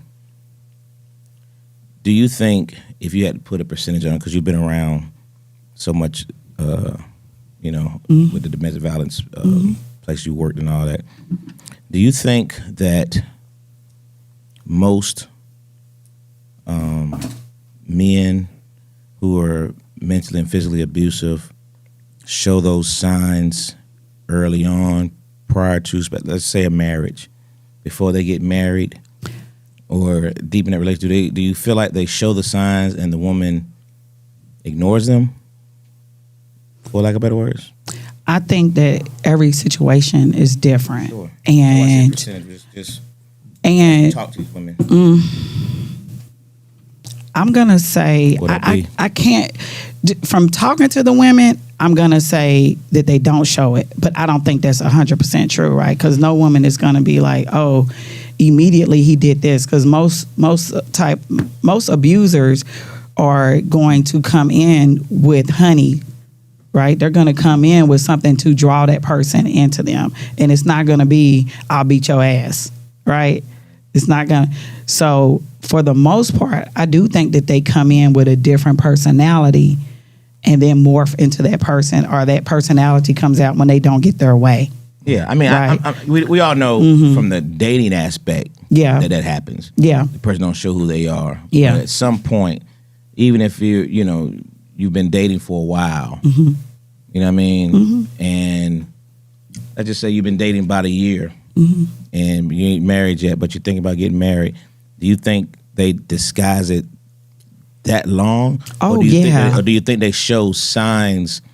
That's what I think. I think they show it, both. but people don't see it a lot. You're right. It's It can both, be but both. I think that things are shown, but you don't see it because you see bigger picture instead of looking at. So do you? Here's what I'm getting at. You just said you see bigger picture, so that means you do see it then, and you don't know, and you let it go because of the bigger picture. I don't even think they see it. I think they only see the big picture, so they don't even see it. They don't even see it. It's or if they see it, they don't it's a joke. They're seeing what they want to see. That part, it's a joke.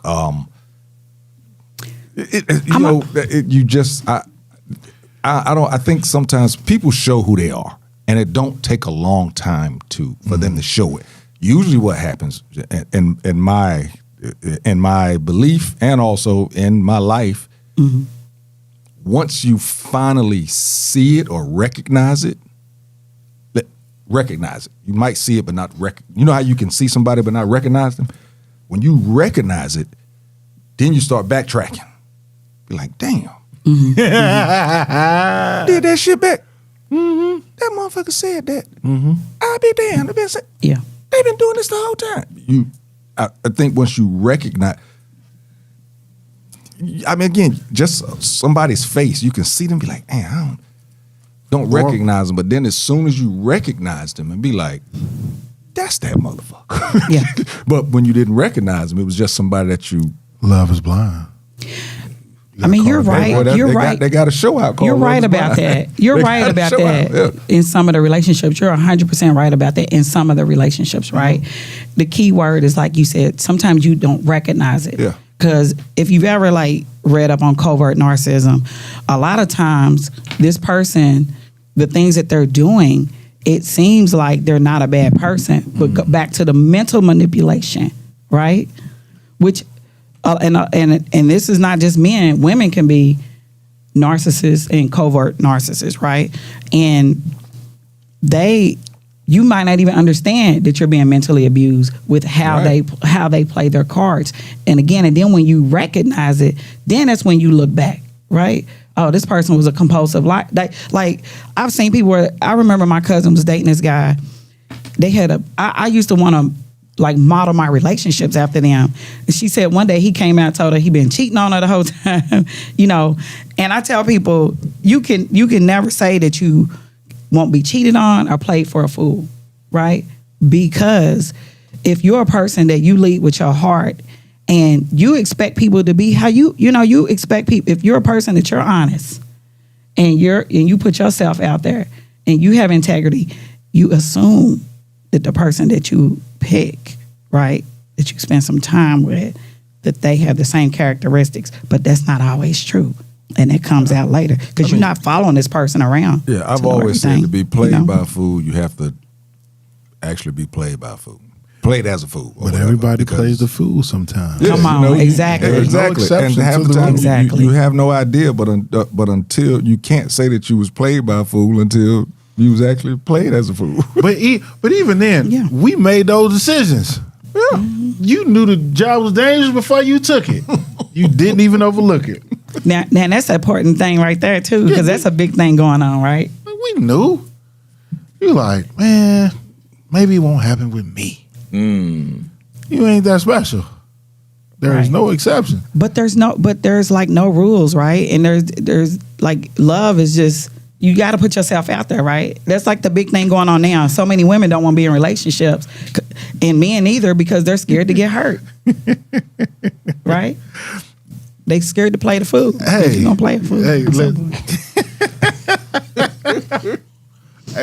Hey, look.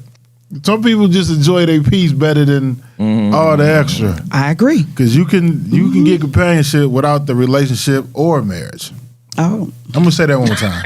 You can get companionship without a relationship or marriage. There are women and men, as you eloquently stated. Yeah. This is the space that they're in. Yeah. Because they've already been through the marriages, the relationships, and they're like, you know what? Hey, bro. I don't think I need that. You know So what is companionship? If Sex. companionship's not a relationship? No. Absolutely not. You saying randoms? It could be a situationship. You saying randoms? I ain't saying randoms. I just said companionship. That ain't- how's that a Companionship can be companion, something though? as simple as having somebody that you can go out to eat with. Okay. Something so simple as that. That's has no companionship? sex. Okay. You spending the time, it don't. Okay. Got a companion. Listen, I was out. We was out. Me and the wife was out this past weekend. This past weekend at a cigar lounge. And I saw something that I hardly ever see in a cigar lounge. This dude was sitting. He had his drink, had a cigar, sitting at the table, but nobody sitting on the other side of him. There was plenty of women in there. He wasn't chasing none of them. Wasn't none of them coming and sitting down with him. Yeah, that's beautiful. And he was just sitting there. That's beautiful And right then the Waitress came over. He ordered his food. His food came. So I had to say it. I said, bro. I know this. I know this script. I said, bro, I have to say this. I've lived this. Because I've seen it, but I've never seen it in a cigar lounge. I said, bro, you really just sitting here chilling? He was like, yeah, it's exactly what I'm doing. I said, man, there's a lot of women here. You ain't going at none of them? You know what you saw? He said, you saw peace. Yes. Yeah, that's what I'm saying. And I asked him, I said, bro, You just said, ain't it, B? I said, bro, I said, how old are you? He said, I'm 40. I think he said he was 44. And I was like, wow, you don't see that often that in the cigar lounge, in the black cigar lounges, if guys are in there, they're either sitting with other guys kicking it, or they're with a woman, or they trying to Looking for a woman. get with a woman. When I tell you this dude sat there for 3 hours. That would be something I Had would do. 2 drinks. He had a cigar before dinner. He had, after he finished eating, he got his to-go plate, and he sat there a little longer. The dude, I mean, it was, That was a date night. That was date night for him. And in my single, I did that too, but I didn't go to cigar, but back then cigar lounges wasn't huge. I've never seen that in a cigar lounge. I've seen it in restaurants, but I've never seen it in a cigar lounge. It was interesting. And of course, then I asked him, I said, bro, because I thought about, when we had the singles on the show. I said, hey, man, would you want to talk about this on the podcast? He was like, he said, it show everywhere. I said, all right, I get it. He's like, yeah, I don't think I want, He got a situation ship. He don't got want her knowing where he be a couple at. of situationships and a couple of companionships probably. He just didn't want to put it out there like that, so I respected that. But it was really interesting to see that. I'd never seen it in the cigar lounge. I love it. Yeah. I do the same thing. You have to do that. Like, people be trying to, especially women, like you got a standard where somebody's got to take you this and that. Have you took yourself there? Can you afford to go there? I think You know what can I'm do it saying? even if you're in a And you gotta be able just to like enjoy yourself. How the hell if you don't enjoy being with you, how the hell you think somebody else enjoy being with you? You know what I'm saying? Amen. This classic conversation just got classic. Yeah. It just got classic. Yeah. Just got classic. All right, last topic here, and this is I wanted to talk about it, but I got to reach out to somebody to make sure of the aspects of it that I can talk about because there's litigation stuff going on. Anyway, the Tuskegee men's basketball coach, his name is Benji Taylor. He filed a lawsuit against Morehouse College and 2 campus police officers this past Friday, claiming he suffered emotional and physical harm when he was handcuffed and escorted off the court on January 31st. His attorney said he has suffered financial harm, reputational harm, emotional harm, as well as physical damages. Harry Daniels is one of his attorneys, and they're seeking damages, which I was surprised at this amount, but said damages of more than $1 million. They used $1 million, but I think it's going to be more. According to the lawsuit, which names campus police officers R. Clark and M. Robeson, members of the Morehouse football team were out on the baseline taunting the Tuskegee players during the game.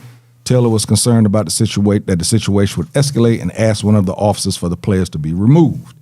They never were.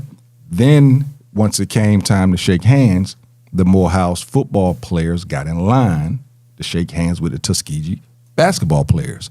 He went to the cop, said, hey, you need to get these guys out of the line. And you can see it on the video. He pointed, and when he turned back, the cop pulled his handcuffs out, handcuffed him. His locker, the Tuskegee locker room was right there. He walked them this way, walking them through the whole gym, basically the perp walk. He did that. Again, Benji Taylor is a homie of mine. I kind of grew up with him. He is one. There's a lot of guys I grew up with that I could see an incident like this escalating. This is one of the dudes that wasn't him. This kid was groomed early on to be a basketball player by his pops. His pop's name was Sticky. That was his nickname anyway. He was groomed to respect the game and all of that type stuff. So I'm gonna keep eyes on this. I can't speak too much on it. I went to the press conference on Friday. I was invited to the press conference. And I went as a friend instead of going as JT of Classic Konversations, because if I'd went as JT of Classic Konversations, I'd had the video going the whole time and getting all this good stuff. I did get some, but I didn't get it all. But I want to speak to him first before I start getting into it, because I actually want him to call into the show soon. But the video shows a police officer, and again, I don't know if these was police officers contracted by Morehouse or if Morehouse has campus police. I don't know which one it was. But it shows him standing over there by the guys, and these guys had belts. They was holding belts, grabbing crotches, doing whatever. And they were on the baseline. It wasn't in the bleachers. They was right on the baseline. And the cop, you see him on video, the players are here, the football players. And he's looking at him, he's laughing, whatever. And they said certain things, and the cop turned his back as if to say, I didn't see that or hear that type of deal. It's gonna get interesting. It's gonna get interesting. To keep from getting too deep into it, I wanted to ask, do you think in that environment where police officers or security or whatever can become, because they're police officers and because of everything that's going on in the world about police, that they become more of friends with people, and then you kind of like overlook their antics because of everything that's going on with the police? You want to be able to, be able to talk to people and not be looked at as authoritative. Do you think that can happen with police or security or whatever? I mean, I think it's possible. Some police officers may use that as a disarming tactic. Like, I'm gonna get cool with you. You still go know I'm in a position that I'm in, but I'm trying to establish a relationship with you to where you don't feel fear from me. Okay. I'm still a cop. Yeah. But I'm gonna meet you on your level and talk to you. I'm not gonna talk to you like I'm talking down to you. Because some cops, they wasn't popular in high school. So, now they got this authority. Some abuse it. So I think that's a way of not doing that and meeting people where they are. I was going to say, back in the day, the police officers used to be like that. They would go through the neighborhoods. They knew the kids in the neighborhood, So if they were doing something minor, they would correct them and talk to them. I remember my ex used to had a couple of fights with a police officer, right? With different police officers, but they were like a part of the community, which is what they were supposed to be still, right? It's just that it has, with the racism and everything, I feel like that it's escalated and they are looked at differently, right? They're looked at somebody that will use their power to take away your rights or just murder you, right? So, but it definitely used to be a tactic to where, because if you have relationships with, and I'm just saying friendly relationships with the people in the community, then you might have a little bit more order.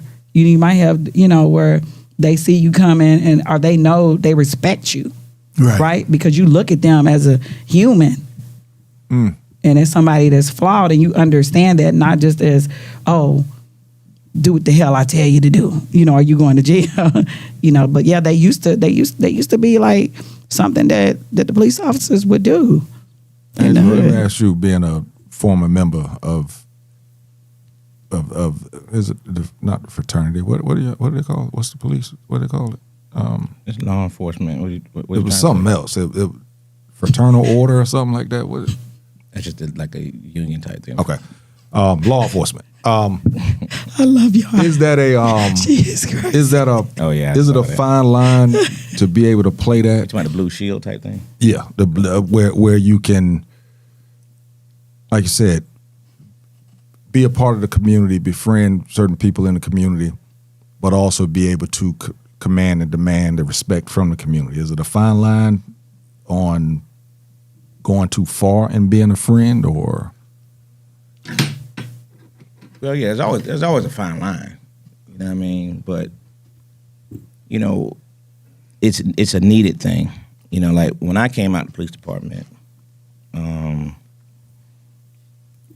when you came out, every recruit for every class during that time period, after your training, all that stuff, your first assignment was footbeat.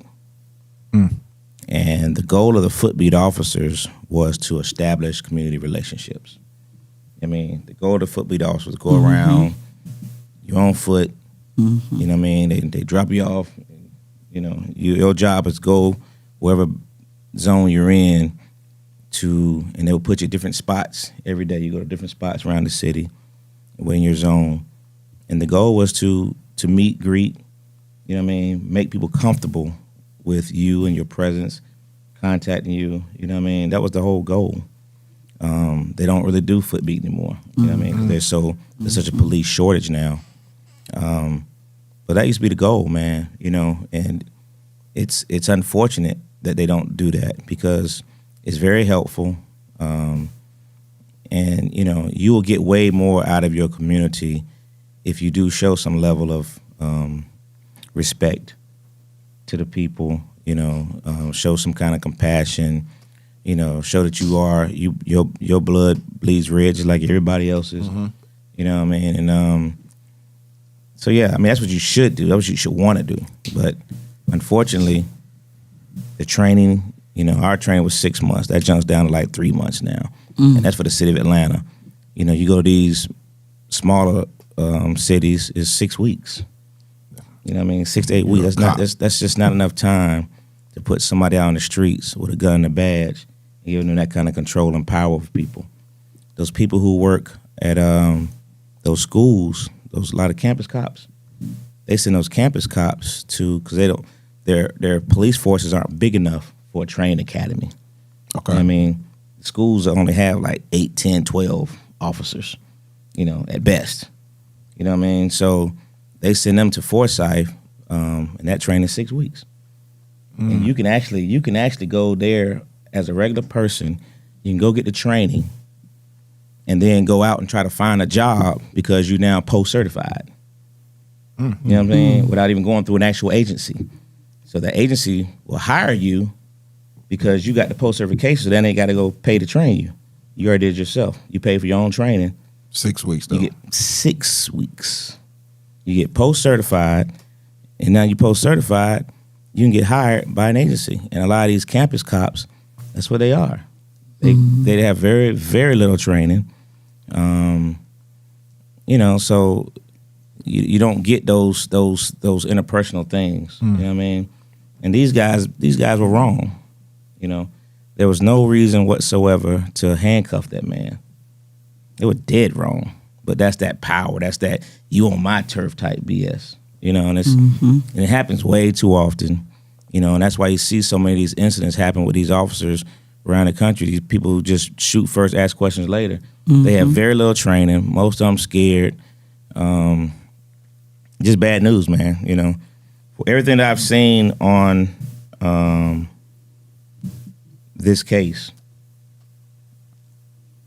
he's gonna win the lawsuit. Yeah, it's a federal lawsuit. And he's gonna win the lawsuit. I mean, these guys had no justification. They took that man all the way to the back, all the way in handcuffs, all the way to that back room. Yep.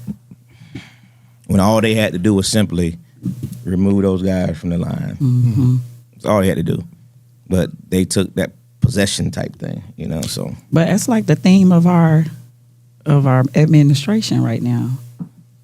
To me, you know, I do what I want to do because I have authority. This been going on. You know what I mean? Way before. Yeah, I agree. This is an ongoing issue. You know, when Ascot used to be on here all the time, you know what I mean? He always would say it should be a nationwide police academy. That's right. And it should be. It should be. It shouldn't be different ways of training. No matter what city you work in or whatever. You live in the city of Atlanta or anywhere in the metro, and every city you ride through, everybody has different rules and regulations. You know what I mean? Everybody handles things differently. It just shouldn't be that way. You know what I mean? That's, you know, like New York. New York has New York Police Department. You know what I mean? And they're all over New York. whether they Manhattan, Brooklyn, wherever they all the city of New York Police Yeah. Department. You know, but very few places do that. There's no such thing as Brooklyn PD. Brooklyn cops. Right. Or Did y'all Brooklyn, notice that or ICE had Manhattan police? PD. You're right. On their shirts now, on their vests. What's that? Did y'all notice that the ICE has police on their vests now? It says police and ICE underneath it. Well, because if you weren't here, you might not have been here. You know, like when you were talking about ICE is in Atlanta now. You know what I mean? The reason why they're doing that is because, and we were talking about this on the show. Yeah. They were getting certified so that they can make traffic stops. So they can stop, because before they weren't supposed to be able to make traffic stops. You know, if people's on private property, they weren't allowed to do these things. Now you give Wow. them police jurisdiction. Wow. Now it ups their authority because as ICE agents, they're federal agents. But now I give them title of federal That's agent crazy. and police. Now we can do more. You know what I mean? Now we I can wonder if cross they're over training. barriers. Are they training them people? Oh, they're giving these guys like a week course, man. All Exactly. they're teaching them is city laws. So they're giving them actually that title Yes. with no training. They're going through city laws and they're giving them the title. That's So wow. so it's just expanding their power. You know, That's wild. ICE is basically the occupant's personal army. That's what he's creating these guys to be. Oh, no doubt. There's the good old boys, There's yeah. personal army. No doubt. That's all they are. No doubt. You know, it's scary. And taking money from us to pay them. That's the wildest thing. Yeah. Like I said, it is a movie. It is a movie. That's what's happening right here. Is it a movie or a nightmare? Right. you got a Horror top five? flick. Yeah. Not yet. Not. Or you can put it in the chat. Cause I was gonna, like I said, I wanted my man to show some of his range. Oh, And ready to drop. Thought you forgot. Drop us a little something. I know it's a little past your bedtime, you know, and everything, you know. So And then after that, read Nita's #1 fan's new song she made. But go ahead, you go first. you know, a young man trying to talk to a lady, and he just walk up on her and he say hello, and he just ask her. He'd be like, "Come close." Oh, please come a little closer. Let's embrace, breast to breast. Instant increase of our heart rate so intense that you are stunned by literally feeling it thumping through my chest. Forever patience, insisting on proceeding at a snail's pace. So rather than partake in a Hasbro or some frivolous race, just come close and allow me to touch you, but with no hands, nor any other body part, yet reaching a plateau unknown to a soul. You see, this chapter in your novel rarely ever gets told. Just a couple. hey man, I've seen this dude, folks call him back out 3 times. We backstage waiting to do a play. They keep calling him back out to do some more poetry. He's major talented, as you can see in a lot of different ways. But that's how I first met him, was on the poetry tip, and I was thrown. I was like, "Wait, that's the dude that was back here just a minute? That's him out there? Like, yo, that's crazy." Yeah. Don't nothing about me look like poetry. If you saw me on the street, you would not say, he looks like a poet. You go say, I play football or I'm about to rob somebody. That's pretty much. Not about to rob somebody. That's pretty much what, if you saw me, you would say linebacker or thug. So Hilarious. I received that. Speaking of robbing somebody, man, real quick, just did y'all see when they asked on It Is What It Is, Mike Tyson, if he wasn't a boxer, what would he be? Straight up. That joker just said criminal. Straight up. Hey, and he didn't blink. I mean, the arrest record proved it. Hey, he didn't blink. He said, I'd be a criminal. Yeah. Hey, if you didn't know, I said, dang. I mean, you would think that he would say something else, but everybody else thought that too, probably. Yeah. Muscle, You know, some type of that was not a bouncer. reach. Yeah. I mean, that's what he was doing, though. Yeah. I think he got like 30 arrests, or what is it? I could be he was wrong. criminal before he was a boxer. Yeah, he was. Yeah, they saved him from being a criminal. His #1 Where did you see it? It's under my mom's name. Okay. This is my original song. Wait. Keep going down some. This is my This is my original song debuting on KK in the tune of the famous Jim. Let's see. Precious Lord, take Trump's hand, lead him from our land. We are tired. We are weak. We are worn. He's an ass. He is sick. We pay the price for his shit. Precious Lord, take his hand and lead him on. I just did a little poetry myself. Amen, amen, amen, amen. That was hilarious. B said top flight security career. That's basically what they are, man. They security with a gun. He said it went viral too, so it was natural humiliation. Definitely natural humiliation. Yep, that's part of the lawsuit. Plus, this is a guy that actually, the HBCU, they have a camp. The NBA has a camp for HBCU players to come in. He's been the coach at these camps for the last 4 or 5 years. Okay. Guess what? He's not going to be the coach this year because they don't want that story to come and overshadow the players. And he said he gets it, but it's things like even at the university, certain boards or whatever he's on, he can go in. All these people, when they see him, all they think of is seeing him on that video. So he can tell people are looking at him differently. So he's actually had to ask in these meetings, would y'all be better off if I wasn't here? So he's losing these type of things. I didn't know this.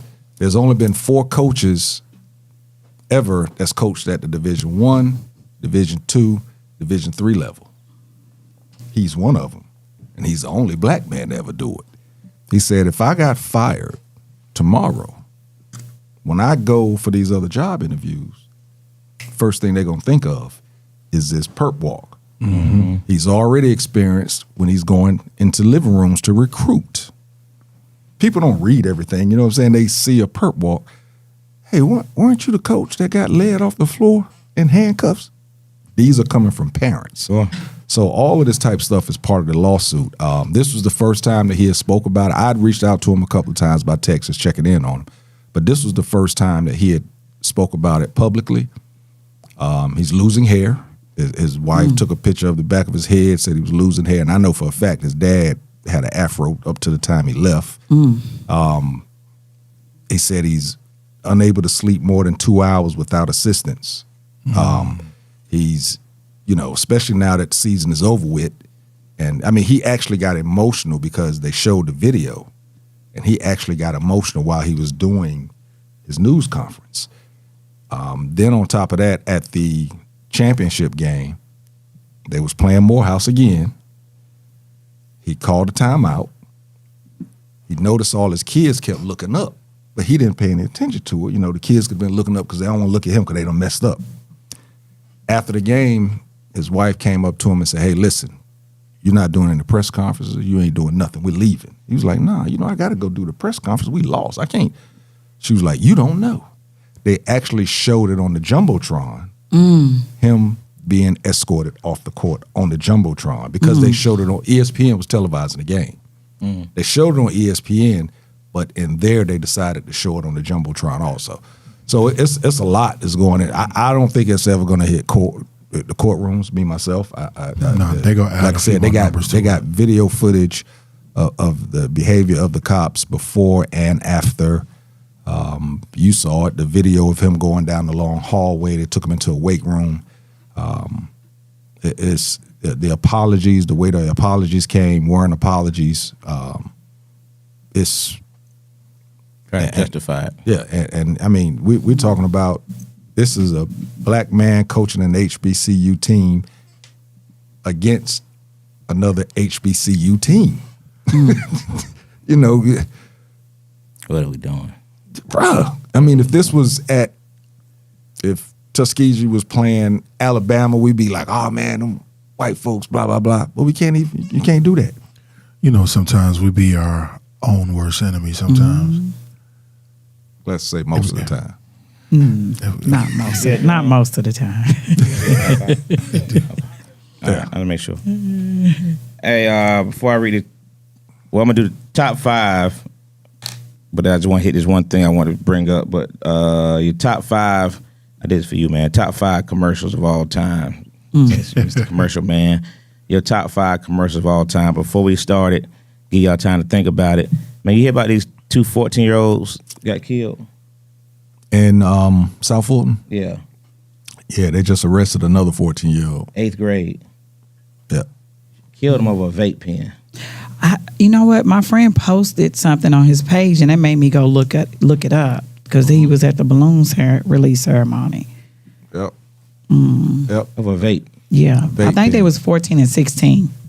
One was ones that got 14. You talking about Jamari and Jeremiah? 3 lives lost. Right. You talking about Three Jamari lives and lost. Jeremiah? Yeah. Yeah, they was 14 and 16. The Yeah, article 14 I and read. 16. Yeah. Yep. Yeah, Killed that's over a vape pen. And this kid That's in 8th wow. grade. Crazy, man. And the last thing, man, what we talked about last week with the young girl that passed away from that fight in Douglas County. You saw that Shaq paid for the funeral. Yeah, I did. So just wanted to shout that out. I did. To Shaq for doing that. That was Yeah, dope. I love that. You know, of course, I love that Shaq steps up and does certain things like that. Mm-hmm. But of course, you know, our community says, "Why don't he do it for everybody?" That's how they do. You know, but Never satisfied. Yeah, That's how they do. I love that he does that. He does that often, as a matter of fact. A lot of it don't hit the news. I know some people that knows him personally, and he does that often. I mean, it's nothing to hear of him being at Walmart and walking up to the line and be in line and walk up there and say, "Hey, everybody's in front of me. I got them." Mm-hmm. A couple people come up behind him. He'll say, "I got them." Of course, he cut it off. Right. He cut it off. But yeah, Hey. you know, he does that a lot. You know, so shout out to Shaq. You know. You gotta wait till he's in that line because you know otherwise they're gonna run and start. Oh, for sure. Remember that shit? Supermarket sweep start throwing out. Believe me, I always say, why is it? I ain't never in Walmart when Shaq walk in. why is it that I'm never here when he's here? Shucks, man. But people always say that about people with money, but I'm like, the same people that say that, they not even helping with what little they got. Does that make sense? Like if you think this person should give $20,000, can you give $20? Right. To the Right. same thing you telling them to give more money to. You know? Great point. Great point. All right, Dwayne, you got your commercials, man? Yeah, I'll go number 5. Lo quiero Taco Bell. the little dog. Number 4. This is rough. I just thought about it. Hey. Budweiser. Number 3 was that. Yeah. That was Budweiser 2. Number 2, I like the little Clydesdale commercials for Budweiser during the Christmas time. Kill They had a it. little Taking all mine. Clydesdale. Right. And number 1 is I'm excited about the new Daredevil. So I've been watching the little previews of the Daredevil. Born Again. So I'm a Marvel guy. There you go. What you got, Jose? I can't think of none. I like the Dove commercials where they have all the real women on there. What's the commercial where they falling through the floor? And it's like, I don't be watching. Oh, and then there's one that's always on YouTube, Hook on Phonics. It's a white dude rapping. Oh my gosh, I'll be looking for that commercial. Hooked on Phonics. Oh my commercial? gosh, when y'all find it, he be yes, that one is dope. I don't have 5 commercials. I'm telling you, bro, it's rough. And I finally found it, and it was a lot of people commenting how dope it was at the bottom. They said they looked for it too. He be killing it. I kind of know what your number 1 is, but you can start at number 5.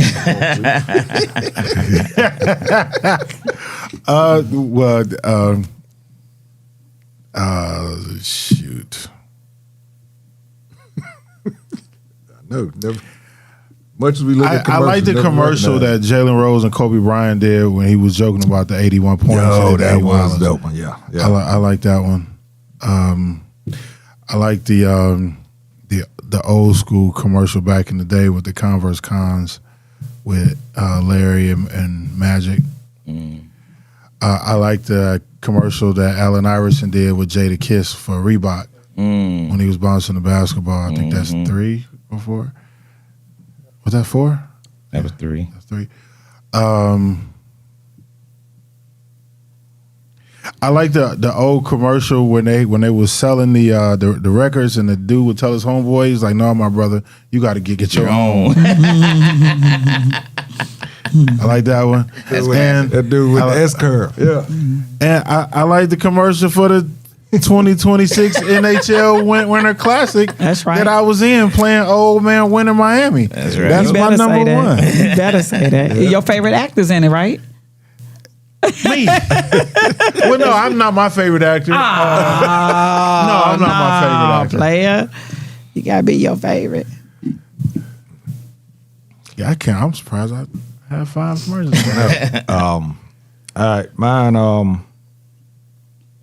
First one would be the Old Spice commercial on the dudes on the horse.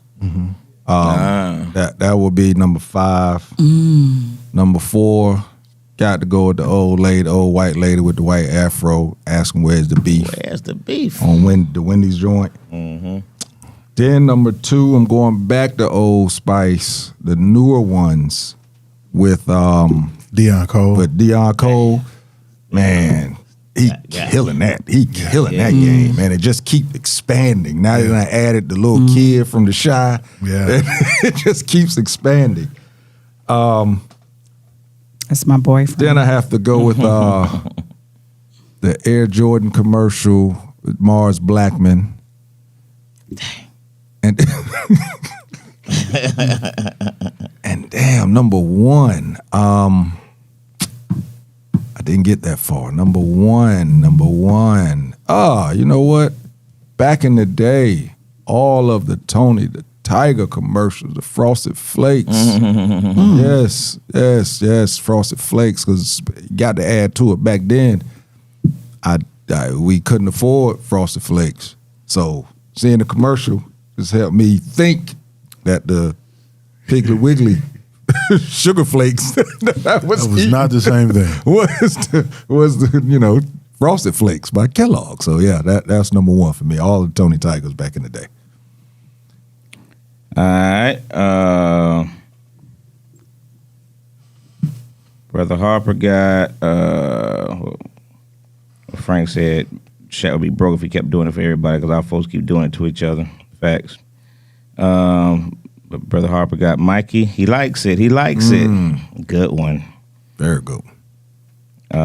Spuds McKenzie. Good one, B. Spuds McKenzie was going crazy. He also had Yokiero Taco Bell. Cocoa Puffs, another cereal. Okay. And Where's the Beef?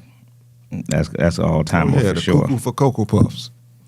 Oh, that's a good one, B. Honorable mention, Coke 45. Don't let the smooth taste fool you. Good one. Oh man, that's my number 1. My bad. Good one. Billy D. Did it make y'all buy Coke 45? When I got old enough, I got it.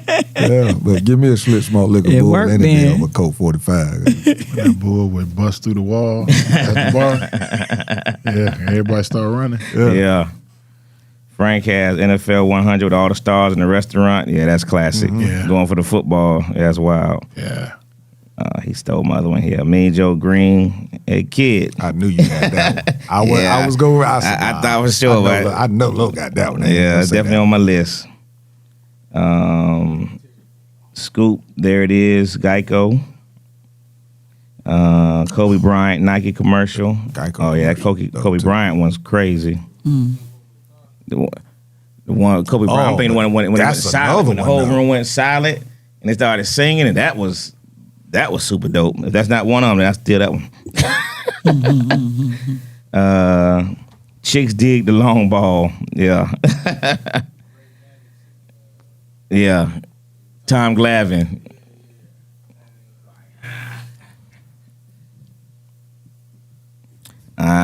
Okay, my aunt once came in. The Santa Claus meeting. M&M's. Oh, that is a good one. Mm-hmm. She got Where's the Beef as well. Mr. Clean. Yeah. Mr. Clean, good one. Oh, she got some good man, ones. Coke teach the world to sing. Yeah. Dang, she stole my last one. I had this. I said, I'm going to get away with this one. I used to be an Oscar Mayer wiener. Oh, man. That's right here on my list, man.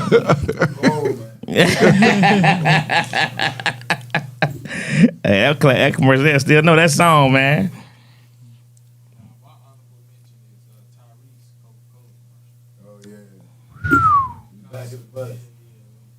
Bro, you talking about a commercial that changed somebody's life. Oh yeah. Gosh. Well, Everybody talked about him bad too. Oh, black ass man, he singing Coke in the bus, at the back of the bus. They talked about and he was in the back of the bus. They talked about that dude like crazy. And went straight up. Well, I know he was on Martin. Got his own bus. Got his own buses now. how about that? So I definitely had Deion Cole, those old Spike commercials. Those are crazy. I had Oscar Mayer. I had Joe Green. Hey Kid. I had, of course, What's Up? Where's the Beef? So the only two that I got that nobody said, I don't think, he said the Jordan Bird, but I got the Jordan Bird McDonald's commercial when they said, let me shoot you for it. And they were shooting all over the world for the shot. Yeah, that was a good one. Yeah. And then the last one I got, of course, man, Mars Blackman. Is it the shoes? Yeah, man. It's got to be the shoes. Gotta be the shoes. It's got to be the shoes. Mike had hair then. Michael Jordan, the people don't realize that. Michael Jordan did have hair, people. Frank got honorable mention. The Mike Vick experience. Yeah, that was dope too. Yeah. That was dope too. Yep. All right, that's it. Jose, where you performing at next? We actually have an event. The Healing Haven is having an event in Clayton County, and it's going to be like a town hall for the kids, and I'm going to speak at that. It's called Let Them Cook. The kids have something to say, and we're actually wanting all the dads to come out. It's at 6 on Thursday. If you go to Healing Haven to their Instagram, the information is on there because I forgot which middle school that is at. Yeah. So tell them to follow you at, because I'm sure you got on your IG. You guys can follow me at Jizay Sunray everywhere. GYZAY. Yeah. Sunray. Yeah, Jizay Sunray. Y'all know how to spell Sunray, right? These Right, days, that's man, what I said. They just don't know how to spell these days, Jizay. you folks done change things up, man. You never know. We got smart viewers. They know how to spell Sunray. Jizay Sunray. Mr. Outley, What up, Joe? tell them where they can find you at, brother. All platforms, Harold, HAROLD, Outley, OUTLEY. What up, though, Vion? I see you. Go ahead and shout the movie out again when it's Again, April 6th, Tubi, Trapped Outside, okay? That's what it is. Make sure you like, rate, share it, please, and thank you. And I appreciate y'all for having me. no doubt. Let's make this movie go, folks. Let's make it go. Angelo, what y'all doing this week, man? And y'all stay tuned when we close out because Dwayne's gonna play the video. Yeah. Oh, you'll play the trailer. Play the trailer as when we close out. So y'all don't close out on too fast tonight. Thank you, B. Appreciate that, brother. Tomorrow night, man, we Traditions Global Cuisine. Our Tuesday night open mic show. Thursday night open mic at KOD, hosted by Destiny. And this is open mic for everybody. Songs, singers, poetry, music, and comedy. So she does it all over there, man. So it's a great show, man. Great open mic for anybody who wants to get the stage. And then Friday, Saturday night, man, we got a female OG this weekend. She gonna do both nights, Friday and Saturday, man. Barbara Carlisle. Oh, I remember. Barbara Carlisle's gonna be in the building Friday and Saturday night. So looking for a dope show, man. Female been doing it for a long time, man. So come check it out. Good deal, good deal. Well, folks, with me, God Guides the Stage Play, Memorial Day weekend, May 24th. Right now it is one show, but they're looking at adding another one. Ticket stuff, end of this month, I think, the beginning of next month, the ticket information to go up. I'll make sure to share that. Got some stuff happening for all of my people that need event space. I'm in collaboration on some things right now to where I'm probably going to be the resident host there. So I'll be getting some more information out in regards to, if you fashion shows, you want to have a movie screening, you want to you want to do a poetry slam, anything that you want to do. I went and saw the actual event space today, and it is a lot of space. Weddings, banquets, dinners, all of that type of stuff. I will be, like I said, I'm working on some things, and hopefully I'm doing a grand opening this weekend, soft grand opening, and be able to get some more information and get it to you guys. And as he said, April 6th, man. Trapped outside. You gonna see me in there. I got a little cameo in there, so y'all make sure that y'all tune into that, man. Make that thing the top joint on Tubi on April 6th. That's a weekend. That's a weekend, right? That's actually a Monday. But if Tubi does what they does, there's a possibility it may come out Friday. Right. Which wouldn't be bad either. You remember that happened with our movie? So it could come out early. April 3rd, I got a billboard that's gonna be going up right off 75 in Windy Hill. So you will see the billboard for Trapped Outside on Friday. Dope. I'll have to get up. Have you had the billboard experience yet? No, this is my first billboard. Hey, man. So I'm going to be waking up early. I'm not going to drink a lot. Well, I'm going to drink a lot of water Thursday night after the premiere so I can make sure I'm up early so I can go and make sure I be there. It is a beautiful thing to see yourself up on that billboard. The only billboard experience I had was over there in St. Martin, but it was still, people saw it. And to be able to just sit there, it's one of those moments to make you say, Mom, I made it. I rolled past it. They like, it's okay. Dope. It's dope. I'm telling you, bro. When we pulled up, I was like, why y'all pulling up here? And I looked up, I said, oh, snap, we on a billboard. Yeah. That's actually your second billboard, JT. Pretty Classic dope. Conversation that was on the billboard. Remember last year? I didn't get to get out there and get my picture on that damn thing. I was mad about that too. Still mad about it. I didn't y'all get my picture out there. Yeah, we had a billboard up where we had signed a deal with what's his name? Was it Jay-Z old partner. Yeah. Dame Dash. Yeah, Dame Dash. Yeah. What? Yeah. I didn't get out there, but I'm mad about that. But yeah, this one I got out there, man. Things fell apart with that inner inner circle. Oh, it did. Yeah. That's shocking. Shocking, No, just right? Right. Dame Dash. So yeah, I got to read this last one that just came in. I don't know if it's my mom or number one fan, but who's got to be Virginia Lottery, Lady Luck, Mikey Will Try It, Dracula, Georgia Lottery, and Dracula Rally's Cha-Ching commercial. Dracula. Had to make sure I read those because they'll get on me after the show. She'll get you. You didn't read mine. She'll get you. All right. Again, man, appreciate y'all tuning in. Keep sharing. Keep doing that for us. We need that done. Again, April 6th, Trapped Outside. Make sure that you check it out. Y'all about to see the trailer. Share. Get it on out there. Do not hit the off button or the end button. We're going to show this trailer right after we get done, which is right now. Start hitting the stars and the likes on the buttons on the side. Start hitting them right now. Let me see them. That's right. Let me see some movement right now. Let's see it. Yeah. Some hearts. Push the goddamn button. Push the goddamn button. That's all you got to Yeah, do. it is. Just push the damn button. It's like this. That's all you got to do. Actually, I want you to do it like this. Yeah, really though. Come on, people. I'm talking to y'all. Come on. Hit them buttons. Hey, We talking to our big Yo. studio audience. hit the buttons.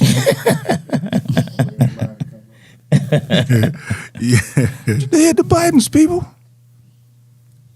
You trying to tell me ain't nobody gonna hit the damn button while I'm sitting right here looking at you. Right, I'm looking at you.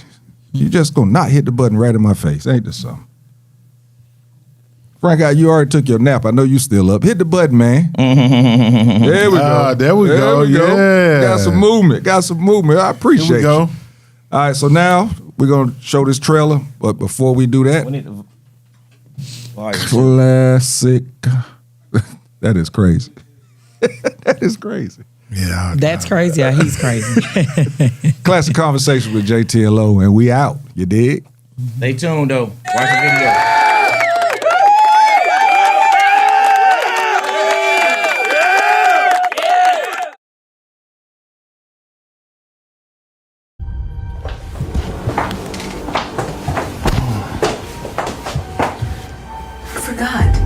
Forgot what? Our anniversary.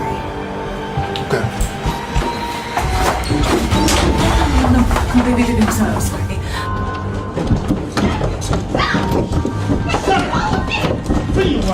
You're hurting me, man. Shut up! Happy anniversary, bitch. Now clean yourself up. The court now renders its judgment. It is therefore the judgment and the sentence of this court that you, Dana Cole, be committed to the custody of the Georgia Department of Corrections. Was it really just self-defense? Or was it about that money? Did you think I killed him for the money? If you did do this for the money, or for whatever motive, then what the hell have I been defending you for? I didn't murder him for his money! So what is this? My loving wife suddenly playing deep. I'm just trying to leave. I need to With leave. my money. With what's left of my life! I want to introduce you to one of my brightest lieutenants. This is Dina.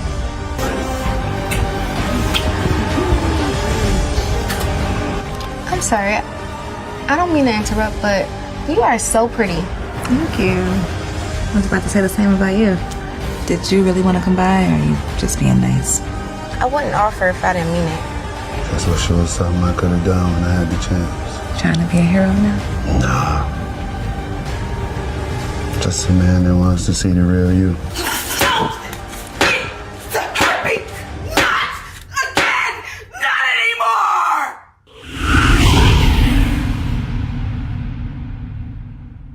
You don't forget a man choking you until your ears ring. Or the way his eyes